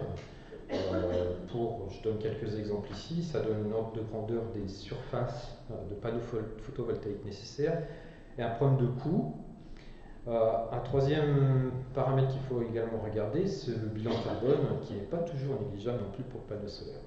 Donc, photovoltaïque pour la réfrigération, pas pour l'instant en tout cas, pas pour demain, peut-être après-demain si des progrès sont faits. En tout cas, il existe une autre alternative, c'est utiliser l'énergie thermique pour produire le froid. Donc, hormis cette solution d'énergie, d'utiliser le panneau solaire et l'énergie électrique, vous avez la possibilité, par exemple, si on a un ensoleillement de 1000 watts par mètre carré, de récupérer avec un collecteur thermique à peu près la moitié, 500 watts. Et puis, avec cette chaleur récupérée, vous avez deux alternatives maintenant. Soit créer une énergie mécanique à partir d'un cycle moteur, soit utiliser l'énergie thermique directement dans un cycle de production du froid, typiquement qu'on appelle tritherme, donc avec trois sources de chaleur, la troisième source de chaleur étant l'énergie du soleil. Et alors j'essaie un petit peu de comparer les différentes valeurs, je dirais, des différentes solutions. Donc par exemple ici vous avez l'utilisation du panneau solaire, génération de 100 watts d'électricité. On utilise ainsi qu'à compression de vapeur, on peut produire 300 watts de froid. À travers d'autres technologies, il n'y a guère que le froid magnétique qui pourrait être concurrent et donc produire la même grandeur, 300 watts de froid. Si j'utilise un cycle moteur en récupérant une énergie thermique, on peut estimer avoir un rendement de 20%, d'avoir un ordre de grandeur de 100 watts. Donc finalement, c'est peu concurrentiel par rapport, je dirais, à la solution classique. Là où c'est plus intéressant, c'est les 500 watts récupérés d'énergie électrique qui sont intégrés dans un cycle à trois sources de chaleur, tels que l'absorption, par exemple, et l'absorption. Et là, vous voyez un ordre de grandeur de puissance frigorifique qui pourrait être généré à partir de l'ensoleillement et qui est loin d'être négligeable au niveau de l'absorption. Au niveau du coût, bien sûr, c'est des surcoûts par rapport les capteurs thermiques restent relativement élevés, mais je dirais dans un avenir proche, on peut imaginer des réductions de ces coûts de capteurs et voir le développement en plus grande échelle de ces technologies. La difficulté, bien sûr, c'est l'énergie intermittente. Toutes ces énergies alternatives, que ce soit le soleil ou l'éolien par exemple, ce sont des énergies qui sont, on n'a pas un apport constant, Et donc il faut bien imaginer également que dans le futur, on va avoir des solutions de stockage de plus en plus souvent avec les installations, donc des solutions de stockage sous forme soit électrique, soit sous forme thermique, pour pouvoir mettre en œuvre ces technologies. Alors l'absorption, c'est une technologie qui est loin d'être nouvelle, qui est une des premières technologies qui a été utilisée pour le froid, et pourtant c'est peut-être une technologie qui va se développer dans le futur. Cette technologie, eh bien, en gros, elle utilise donc le phénomène endothermique de désorption d'une vapeur d'un liquide. Ici, par exemple, vous avez un exemple de machine à absorption au ammoniac, où vous avez l'absorption de l'ammoniac par un liquide, de l'eau ici, une remontée en pression par une pompe, ce qui consomme beaucoup moins d'électricité qu'une compression de vapeur, et puis une désorption ici. Cette désorption est possible parce qu'on a un apport d'énergie d'une autre énergie, d'une autre source de chaleur qui est l'énergie solaire. Donc sinon, globalement, si ça est très similaire à un cycle à compression de vapeur, on a ici quelque chose qui remplace le fameux compresseur du cycle à compression, qu'on appelle un compresseur thermique. Donc c'est une solution qui a un potentiel et qui certainement se développe actuellement petit à petit et qui a certainement un certain avenir dans le domaine du froid. Voilà, l'avantage, c'est lorsqu'on dispose d'une source de chaleur, on peut produire du froid à partir du chaud et notamment à partir de l'énergie solaire. On peut même se passer d'alimentation électrique, c'est une machine relativement silencieuse. Alors même si le rendement est inférieur à un cycle à compression, le fait d'avoir une énergie qui est relativement économique fait que cette technologie est intéressante. Une autre solution qui est également qui est pas nouvelle mais qui est l'objet également de nombreuses recherches, c'est l'adsorption. L'adsorption, typiquement, vous pouvez imaginer ça comme un réfrigérateur qui fonctionne donc en utilisant les phénomènes endothermiques de désorption de vapeur, mais cette fois-ci d'un solide, et qui globalement va produire du froid lorsqu'il n'y aura pas d'ensoleillement et essayer d'absorber en quelque sorte de l'énergie lorsqu'il va être ensoleillé. Typiquement, on a un fonctionnement intermittent de cette technologie, c'est-à-dire qu'en gros, on va avoir une production du froid très décalée. On a une production du froid en général de la nuit, donc il faut du stockage d'énergie thermique. C'est une technologie qui a un rendement inférieur au cycle à compression, qui n'a pas de très bon rendement, mais quelque part, c'est une technologie qui peut aussi avoir des niches d'application, puisque vous avez des réfrigérateurs qui fonctionnent uniquement en les plaçant au soleil et qui peuvent répondre à certains besoins, j'imagine, notamment dans les pays en voie de développement où vous n'avez pas d'alimentation électrique. C'est une technologie qui est très intéressante. Vous n'avez pas d'électricité, vous n'avez pas besoin d'électricité pour la faire fonctionner. Alors ça restera sur une niche d'application dans le futur, certainement pas une technologie qui va remplacer le cycle à compression de vapeur, mais c'est une technologie qui est l'objet de nombreuses recherches encore actuellement. Voilà. Et puis je dirais de manière générale, il y a une tendance à faire évoluer l'efficacité de la machine. Actuellement, on sait produire du froid, on est encore loin de l'efficacité théorique établie par Carnot en 1825, je crois. Et donc, l'évolution, c'est avoir des machines de plus en plus efficaces, et une utilisation de ces machines de plus en plus rationnelle. Et notamment, on travaille beaucoup sur les technologies de stockage d'énergie thermique. L'idée étant d'exploiter notamment un des effets. D'abord, si on utilise des énergies alternatives, on aura des sources d'énergie intermittentes. Là, il faudra stocker. On essaye également d'éviter le surdimensionnement des installations. Si l'installation est plus petite, elle aura tendance à consommer moins parce qu'on va la faire tourner plus régulièrement. C'est très similaire aux technologies et aux solutions qui sont utilisées par exemple dans les moteurs automobiles. On essaye d'avoir un fonctionnement beaucoup plus lisse, beaucoup plus constant. Et par exemple, on essaye également d'utiliser la machine aux heures les plus propices. La particularité d'une machine frigorifique, qui fonctionne en échangeant avec l'air ambiant extérieur, c'est qu'elle n'a pas du tout le même rendement s'il fait froid dehors, s'il fait chaud. Et notamment le fait de fonctionner dans la nuit permet d'avoir des machines qui soient beaucoup plus efficaces. Donc le stockage d'énergie thermique, c'est vraiment une des voies qui se développe actuellement. Il y a beaucoup de travaux là-dessus. Et non seulement on cherche des matériaux, on cherche comment utiliser ces matériaux, mais le projet également est d'essayer d'incorporer ces matériaux directement par exemple dans les parois des équipements, dans les emballages, donc d'avoir un effet des matériaux utilisés pour les équipements, des matériaux qui soient actifs et non plus passifs.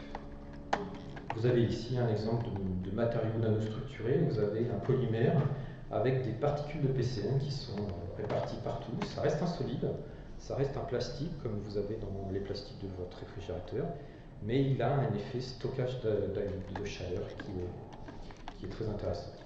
Voilà, donc en gros les conclusions, je dirais, vous l'avez senti un petit peu à travers la présentation, on n'est pas dans une phase de révolution du froid, on est dans une phase d'évolution stimulée par le problème environnemental. Et le cycle à compression de vapeur continuera, mais je dirais qu'il y a eu un effet bénéfique des problèmes environnementaux qui a été de stimuler justement des technologies alternatives. Et on voit des technologies qu'on appelle de rupture, qui apparaissent et qui pourraient quand même faire évoluer un petit peu, je dirais, la technologie du froid dans un futur plus ou moins lointain. Il est certain qu'on va devoir remplacer les fluides et utiliser des fluides peu ou non polluants. Ça, je pense que la législation de toute façon obligera à remplacer ces fluides. On l'a évoqué tout à l'heure. La chaleur du soleil pour faire du froid, c'est une des particularités du cycle frigorifique. On peut utiliser l'énergie thermique et donc on peut faire du froid à partir du chaud, et c'est quelque chose qui certainement se développera avec l'évolution des technologies et notamment l'évolution des capteurs thermiques. Et donc, de manière générale, je dirais aussi qu'il y a vraiment un potentiel de toute façon d'amélioration de performance des équipements qui est connu. On cite toujours l'exemple des réfrigérateurs domestiques, où après la labellisation énergétique en 1995, en 4 ans, on a vu la consommation moyenne des réfrigérateurs baisser de 30%. Donc on sent bien qu'il y a quelque part une impulsion à donner pour essayer d'améliorer les performances, mais qu'il y a un potentiel d'amélioration. Et le froid du futur sera certainement beaucoup plus efficace que le froid actuel. Voilà, je vous remercie. Nous avons un tout petit quart d'heure pour les interventions, donc je vais tout de suite donner la parole à la salle. Si vous avez je pense que Jean a certainement des questions à poser. Oui, Jean Dallas. Deux remarques qui sont également des questions, dont M. Poulon et M. Tristram, je pense. La première, c'est au niveau des applications de froid, il y a une application qui est probablement très intéressante pour l'avenir, qui est la supraconductivité. Alors, c'est le fait d'avoir un conducteur électrique qui, quand il est plongé à une température assez basse, a une résistance nulle. Ça, évidemment, c'est sur le plan de la distribution du courant électrique, c'est formidable. Et la deuxième chose, c'est, tout pour M. Tristram, c'est que pensez-vous de la conservation par irradiation, par des rayonnements ionisants? Merci. Oui, donc effectivement, sur la supraconductivité, bien sûr, c'est tout à fait juste. Cela dit, jusqu'à présent, je n'ai pas vu d'application pratique dans tous ces sujets qui nous intéressent au plus haut point, sachant qu'en plus, il y a une urgence en termes d'environnement aujourd'hui. Donc, oui, bien sûr, et le froid, ça sert aussi à faire de la supraconductivité, comme dans des tas d'autres applications. Alors, c'est très utile dans certaines applications scientifiques. Là, je ne suis pas rentré dans le détail, mais pas dans le secteur de l'alimentation, mais dans les secteurs de la physique, la recherche. Donc, c'est tout à fait utilisé. Donc, c'est tout à fait juste. Pour ce qui est de l'ionisation, donc je laisse aussi peut-être le professeur Tristram intervenir. J'avais moi-même fait quand j'étais étudiant, donc je m'étais occupé justement de l'heure en disant avec le CEA, de voir comment est-ce qu'on pouvait combiner froid et ionisation. Là, donc c'est tout à fait juste, c'est un peu tout ce qu'exposé, je crois qu'il a fait, d'arriver à combiner plusieurs technologies ensemble. Après, il y a aussi des problèmes de réglementation qui ne sont pas négligeables. Donc je crois qu'on n'insiste peut-être pas assez aussi sur l'impact des réglementations sur les technologies. Les technologies induisent des réglementations, mais aussi réciproquement. Mais bon, je ne sais pas si vous voulez compléter un petit peu. Oui, enfin, j'avais en tête évidemment l'irradiation comme l'une des technologies. Je ne l'ai pas mis parce que, effectivement, pour moi, la question de la réglementation faisait que En tout cas en France, c'est pas un candidat aujourd'hui, mais évidemment c'est dans une des catégories que j'ai présentées, ça permet d'éliminer un certain nombre des micro-organismes ou autres, et donc à partir de ce moment-là, on a moins besoin de conserver, donc on a moins besoin d'intensité de chaîne du froid, etc. C'est sûr que c'est une des technologies. Il y en a beaucoup de potentiel, certaines qui sont comme l'irradiation utilisable à grande échelle pour des produits industriels, d'autres qui sont utilisables sur des toutes petites quantités et pas dans des débits industriels. Et Denis Leluc a bien montré aussi que sur la production du froid, de temps en temps, on n'est pas dans les capacités de puissance qu'on attend. Bon, dans les technologies de préservation, on a le même problème. Elles ne s'appliquent pas toutes à l'échelle industrielle, mais c'est évident que l'irradiation est dans la liste. Je commencerai bien par une boutade. Le soleil nous chauffe et pourtant il y a de la glace sur notre planète. Donc pour être plus sérieux, je voudrais savoir qu'est-ce que pense un industriel comme Air Liquide, et quand on voit aussi ces technologies des champs magnétiques, je voudrais avoir votre avis scientifique. L'air liquide est évidemment extrêmement concerné par le froid, hein. Donc ça a été fondé donc, il y a un siècle à peu près, justement parce qu'on arrivait à liquéfier donc, des gaz à très basse température, donc ça date de cette époque-là. Hein. Alors, je ne sais pas très bien exactement quelle est la question par rapport à ça. Si c'est la question sur propos du froid magnétique, hein, le fait que l'air liquide soit intéressé au froid magnétique. Bon, aujourd'hui, l'air liquide donc, participe à un certain nombre suit plutôt que provoque, hein, me semble-t-il. Hein, je n'ai pas vu en tant que promoteur de nouvelles start-up, par exemple, sur le domaine du froid magnétique, en sachant que, donc, Denis Leduc l'a dit, hein, on travaille beaucoup en ce moment sur le froid magnétique. Il y a certaines entreprises, donc il citait Canfritz dans une de ses diapositives au Royaume-Uni, vous allez en France aussi, hein, par exemple Cooltech en Alsace, donc aussi est en train de développer, normalement avec un espoir de commercialisation, les premiers équipements sur le froid magnétique dans le cours de l'année 2014. Donc on est à un stade où effectivement on va commencer à arriver à avoir quelques appareils qui vont arriver sur le marché. Mais ça, c'est du froid magnétique à température ambiante, c'est-à-dire que pour des applications de froid relativement faiblement négatif. Il faut savoir que le froid magnétique existe depuis beaucoup plus longtemps sur d'autres gammes de température. Il y avait déjà de l'utilisation de froid magnétique sur des gammes de température beaucoup plus basses. Mais jusqu'à présent, moi, je n'ai pas vu effectivement l'air liquide, je dirais, en pointe sur ce sujet-là. Maintenant, il y a peut-être des secrets industriels que j'ignore. Mais c'est clair que l'air liquide participe un peu, je dirais, en tout cas fait de la veille sur ces sujets-là. Une question au professeur Tristan. Vous avez développé les technologies autour du sel. Alors, ça a été extrêmement utilisé dans le passé, mais est-ce que ça ne pose pas des problèmes par ailleurs alimentaires, puisqu'on essaye de limiter la consommation de sel, donc des impacts notamment sur la consommation? Ouais. On pourrait faire une très belle séance ici sur comment on construit des compromis ou des consensus pour faire des aliments qui répondent à la totalité des propriétés à laquelle on veut leur faire répondre. Oui, d'abord je ne l'ai pas dit, mais un certain nombre des produits que j'ai présentés, par exemple, sont dessalés avant d'être consommés. Donc il y a des opérations d'usage qui sont habituelles et qu'on utilise naturellement quand on sait qu'un produit a été salé. Maintenant, ce qu'on montre par le sel, on peut le faire aussi avec tout un tas de molécules.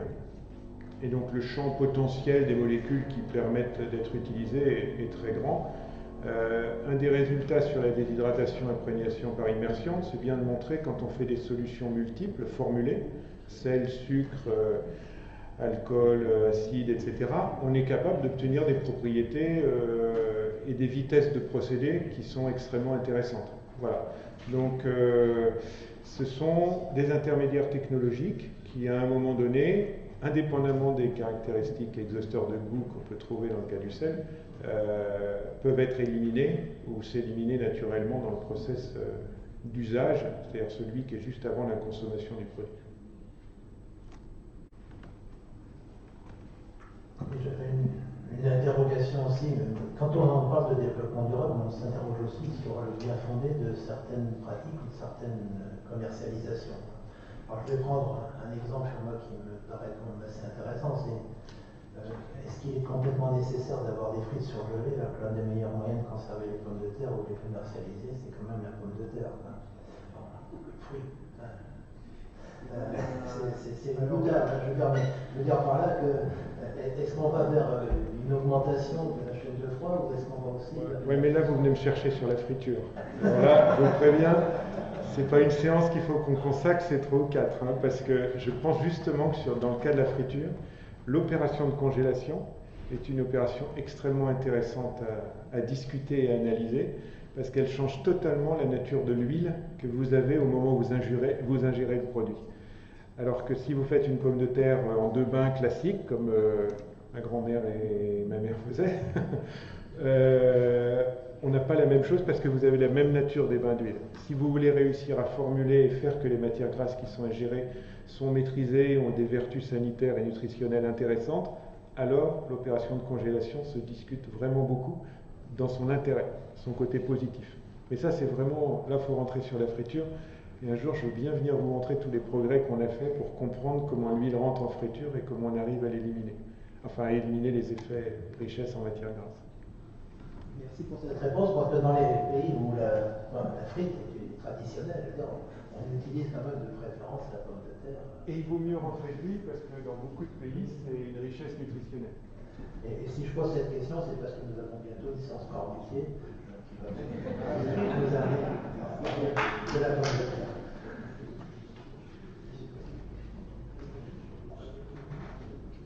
Bonjour, Philippe Marchal. Une petite question simplement par rapport sur les enjeux de développement durable. On va parler du protocole de Montréal. On a mis un petit point d'accusation des fluides frigorigènes. Sans les défendre, je crois qu'on peut rappeler les enjeux. Les fluides frigorigènes contribuent à 1,8% dans les gaz à effet de serre, alors qu'avec les deux, je crois, contribuent à 18%. Donc il faut revoir en termes d'enjeux, dans la contribution d'émissions de gaz à effet de serre, les fluides simplement à 8, et voir les efforts qu'ont fait les professionnels, quels qu'ils soient actuellement, avec l'activité de gaz, pour diminuer, vous l'avez vu, la chronique, les CFC, les HFC. Donc c'est une profession qui a fait des efforts notables pour diminuer, avec des enjeux qui sont de 1,8. Je vois qu'au niveau de l'académie, on travaille sur, je crois qu'il y a un très bon rapport qui a été fait par l'INA sur comment on diminue la construction des gaz à effet de serre de 18% actuellement.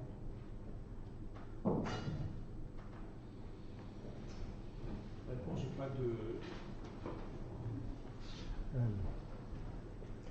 Je suis tout à fait d'accord sur le fond, Philippe, bien sûr, sur le fait que la profession a déjà fait énormément d'efforts, et c'est un peu ce que je disais dans une de mes diapositives, c'est-à-dire que justement parce qu'elle a fait des efforts, on se dit qu'elle peut encore en faire plus, ce qui est un peu un effet pervers, mais je suis parfaitement témoin de tout ce qui est fait dans ce domaine, mais c'est vrai que c'est plus facile de s'attaquer au HFC, donc au flux frigorigène, peut s'attaquer à la pollution automobile ou à la pollution ou à la vie de tous les jours où on consomme énormément de CO2. Donc on s'attaque plus facilement au HFC qu'au CO2. C'est un peu ce que je disais dans une de mes diapositives, sans insister aussi lourdement que ça. Je voudrais quand même ajouter une chose, c'est que même si je partage tout à fait ce point de vue et j'insiste régulièrement moi, dans un stade international pour dire c'est très bien tout ça, mais occupez-vous aussi du CO2, y compris dans les systèmes frigorifiques, parce que, encore une fois, le principal impact du froid sur l'environnement, sur le réchauffement climatique, c'est d'abord par sa consommation d'énergie, plus que par ses émissions de frigorigène. Et ça, malheureusement, on oublie un peu trop. Donc j'insiste fortement là-dessus, je suis tout à fait d'accord. Mais quand même, je dis une chose. Aujourd'hui, effectivement, c'est entre 1 et 2% des émissions mondiales de gaz à effet de serre. C'est une frigorigène. Donc ça peut paraître tout à fait négligeable. Il y a des tas de scénarios un peu alarmistes qu'ont mis en avant certains pour des raisons pas toujours très honnêtes, avec parfois relayé malheureusement par certains organes des Nations Unies où on voyait des courbes où on arrivait à près de la moitié des émissions de gaz à effet de serre dans 50 ans, même pas, qui seraient dues au frigorigène. De façon raisonnable quand même, lorsqu'on regarde ce qui se passe, on pense qu'on devrait arriver, si on ne faisait rien, de l'ordre de 6 à 7% des émissions mondiales de gaz à effet de serre dans 40 ans. Bon, c'est pas énorme, c'est beaucoup moins que le CO2, c'est quand même pas négligeable. Regardez l'aviation, c'est 3%, en gros. Donc, et on s'occupe pas encore de l'aviation, mais on en parle. Donc, je dirais, c'est quand même pas complètement négligeable, c'est normal de s'en occuper. et je pense que de toute façon, on pourra difficilement ne faire que s'occuper des HFC, à un moment ou à l'autre, il faudra s'occuper du reste.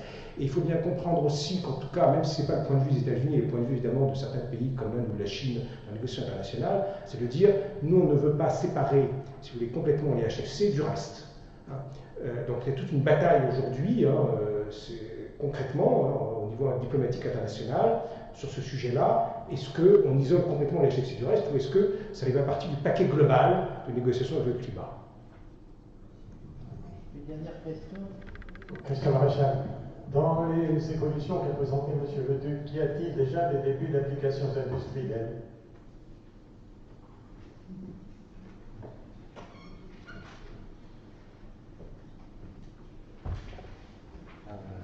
C'est une bonne question.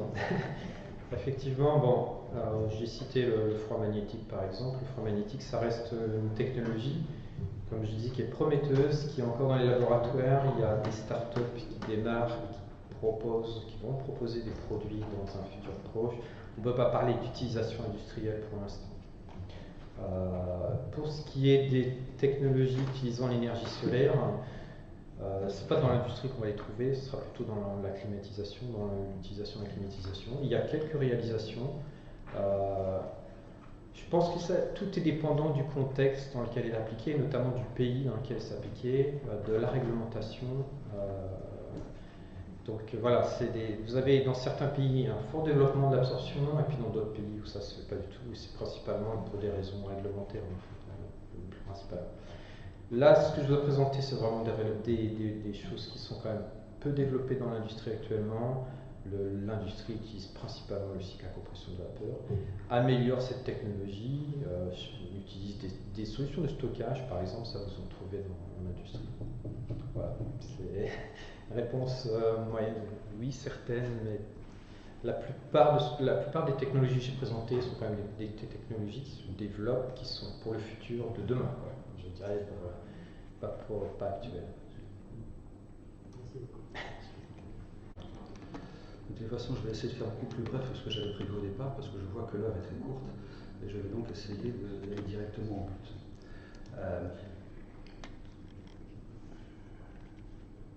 Bon, merci Monsieur le Président. Donc, je ne vais pas revenir sur la notion de définition de la durabilité. Je vais préparer quelque chose qui permettait de bien situer le froid au cœur de la problématique du développement durable.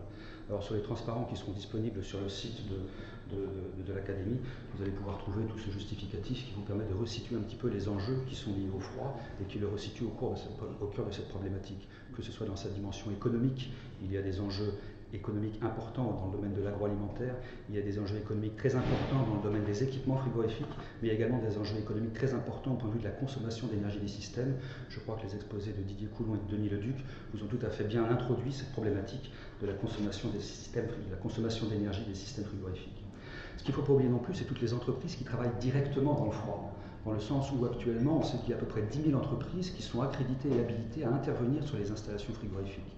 C'est-à-dire que bon an mal an, il va y avoir 50-60 000 personnes qui sont directement impliquées dans l'installation et la maintenance des équipements frigorifiques. Donc tout ça, c'est une dimension économique qui positionne vraiment le froid dans le domaine de ce développement durable. La dimension sociétale, je n'y reviendrai pas dedans puisque Didier Coulon l'a quand même bien évoqué, perte des gaspillages, augmentation de la population mondiale avec une augmentation des mégalopoles, enfin tout ça fait que le froid est également dans le cœur de la problématique du développement durable, dans le sens où il va apporter et permettre à la société d'avoir accès à une alimentation qui soit saine et sûre. Troisième point, c'est dans la dimension environnementale.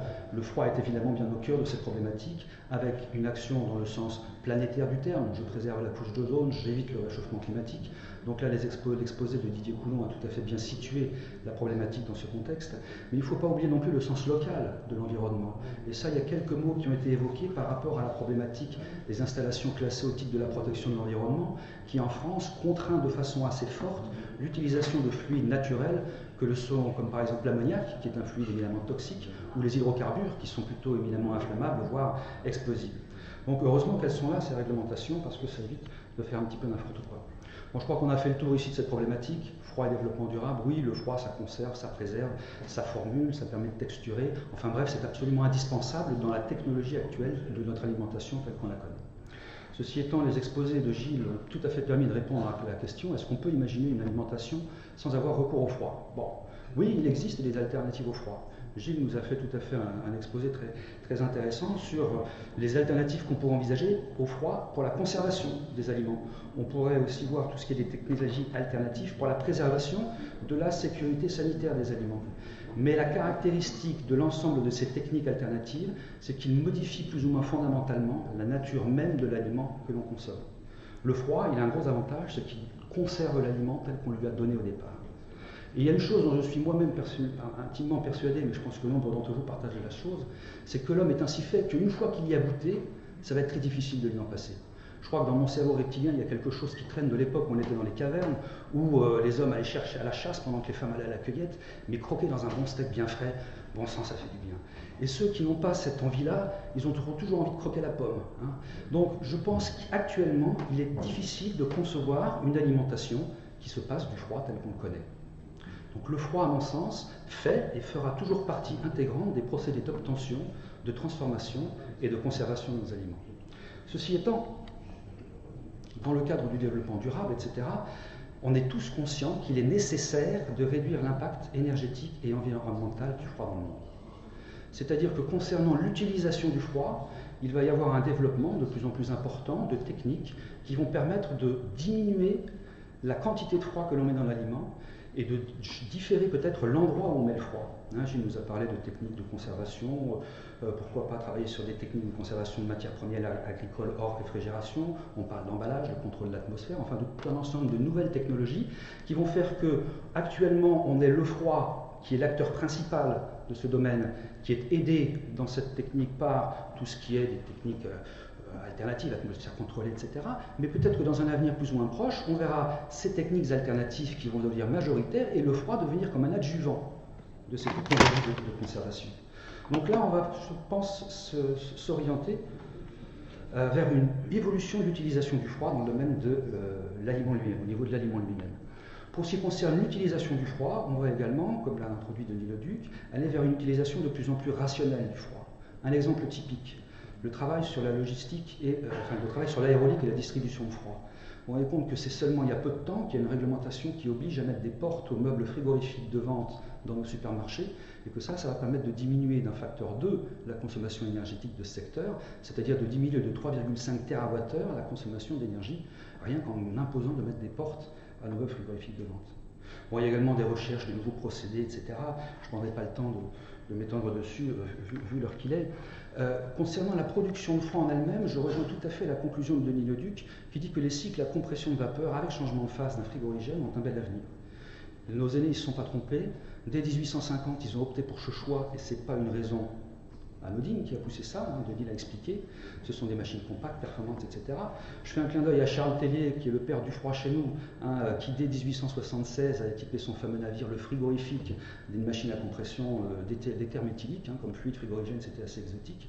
Dès 1904, on utilisait du SO2, ensuite on a utilisé de l'ammoniac. Même aujourd'hui, maintenant, on redécouvre des fluides comme le dioxyde de carbone que l'on met en cascade avec l'ammoniac, mais c'est toujours à base de compression de vapeur et changement de phase. Donc là, pour moi, c'est encore une technologie qui va s'imposer pour les 10, 20, peut-être 30 ans à venir encore, en attendant une vraie rupture technologique telle que l'a décrite Denis, et pour laquelle on peut être tout à fait attentif, effectivement. Alors, quelles sont les tendances actuelles que l'on a dans le domaine de la production de froid? D'abord, je crois que le retour d'expérience que j'en ai sur le terrain, c'est qu'il y a un gros travail qui est fait sur l'efficacité énergétique. Il faut se rappeler, comme l'a dit Didier Coulon, que l'empreinte d'un système frigorifique est à 85% liée à sa consommation d'énergie. Donc tout ce qui va être la réduction de cette consommation d'énergie va être extrêmement important dans le cadre du développement durable. Il ne faut pas oublier non plus que les entreprises sont de plus en plus inquiètes de voir la pression sur la fourniture d'énergie et également très inquiètes de voir les augmentations programmées du coût de l'énergie. Donc il va y avoir un effort énorme et qui est déjà commencé à faire sur l'efficacité énergétique. Et là, je vous inviterai à revisiter les 19 pistes d'économie d'énergie qui ont été évoquées par l'Association française du froid. Et bon an, mal an, on peut imaginer quand même qu'il y a une réduction de la consommation d'énergie du froid de l'ordre de 35 à 40% par rapport à l'actuel, ce qui est extrêmement important tout le monde. Alors ensuite, sur le terrain, je vois 3 grandes tendances qui dépendent des industries auxquelles on s'intéresse. J'ai pris le premier paquet, c'est les gros utilisateurs, c'est-à-dire plutôt les grosses entreprises, qui ont les moyens de mettre en place une politique environnementale, ou du moins de l'afficher. C'est ceux qui vont protéger l'environnement, qui vont protéger la couche d'ozone, etc. On peut penser aux gros de l'agroalimentaire, alors je ne citerai pas les Nestlé, les Danone, les Bonduelle, enfin les gros, qui ont les moyens de le faire. Et ceux-là, ils s'orientent de façon assez marquée vers l'utilisation de fluides dits naturels, de fluides verts, et en particulier une redécouverte du CO2, de l'ammoniac CO2, enfin des cascades, enfin des nouvelles technologies, enfin nouvelles qui existaient déjà mais qui sont remises au goût du jour, et puis également au développement de technologies basées sur l'utilisation de frigoporteurs.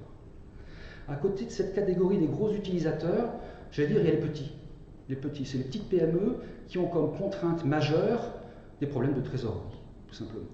Et quand on va leur demander de changer le fluide qu'il y a dans leur installation, ils vont opter, peut-être de façon un peu amère et contrainte, pour des solutions qui ne sont pas chères, pas coûteuses, c'est-à-dire je laisse mon installation à l'état, je ne fais que changer le fluide qu'il y a dedans. Sachant bien que ce changement s'accompagne d'une augmentation de consommation d'énergie, mais également que ce changement pourra être remis en cause d'ici 5-10 ans en fonction de l'évolution de la réglementation. Donc là, les PME sont vraiment confrontées à ce problème de trésorerie qui fait que, qu'est-ce que je fais? Je n'ai pas les moyens de faire autre chose que du pas bien. Et puis alors j'ai mis une troisième catégorie que je découvre de plus en plus, c'est la catégorie des entreprises qui sont un petit peu plus grosses, qui ont la chance de pouvoir disposer d'un directeur financier qui reste en poste en général moins longtemps que le temps de retour des investissements. Et là, pour qu'il se fasse favorablement juger par ses actionnaires, il va également opter pour des solutions qui sont plutôt, j'allais dire, à courte durée, à bas coût, et puis tout ça pour satisfaire ce monde et cette sphère.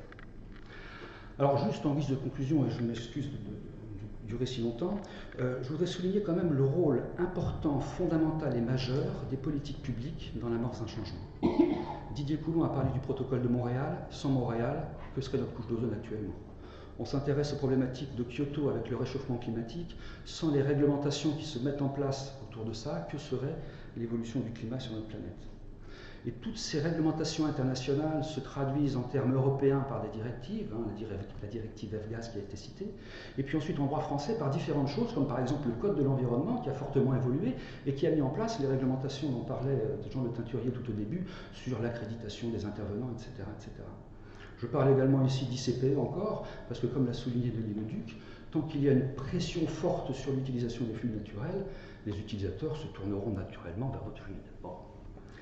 Alors, c'est bien parce que ça fait avancer les choses, ça fait avancer la science, ça fait avancer la technologie. Mais la science et la technologie avancent à leur rythme, j'allais dire. Et souvent, ça avance moins vite que la réglementation. Et peut-être qu'actuellement, on est en train de se situer dans une configuration où la réglementation devance peut-être un petit peu beaucoup les états de l'avancée de la science et de la technologie, parce qu'il ne faut pas se rappeler que dans la notion de durable, on peut traduire ça en anglais par sustainable, et la retraduction en français c'est soutenable, et il ne faut pas oublier que tout changement qui est imposé par la réglementation doit être économiquement supportable par les entreprises. Voilà, donc juste en guise de conclusion, quelque chose un peu bateau peut-être, la durabilité ça n'a pas de prix, mais le froid si, ça a un prix économique, énergétique, environnemental, et ça ce sont des choses à ne pas oublier. Voilà, je vous remercie.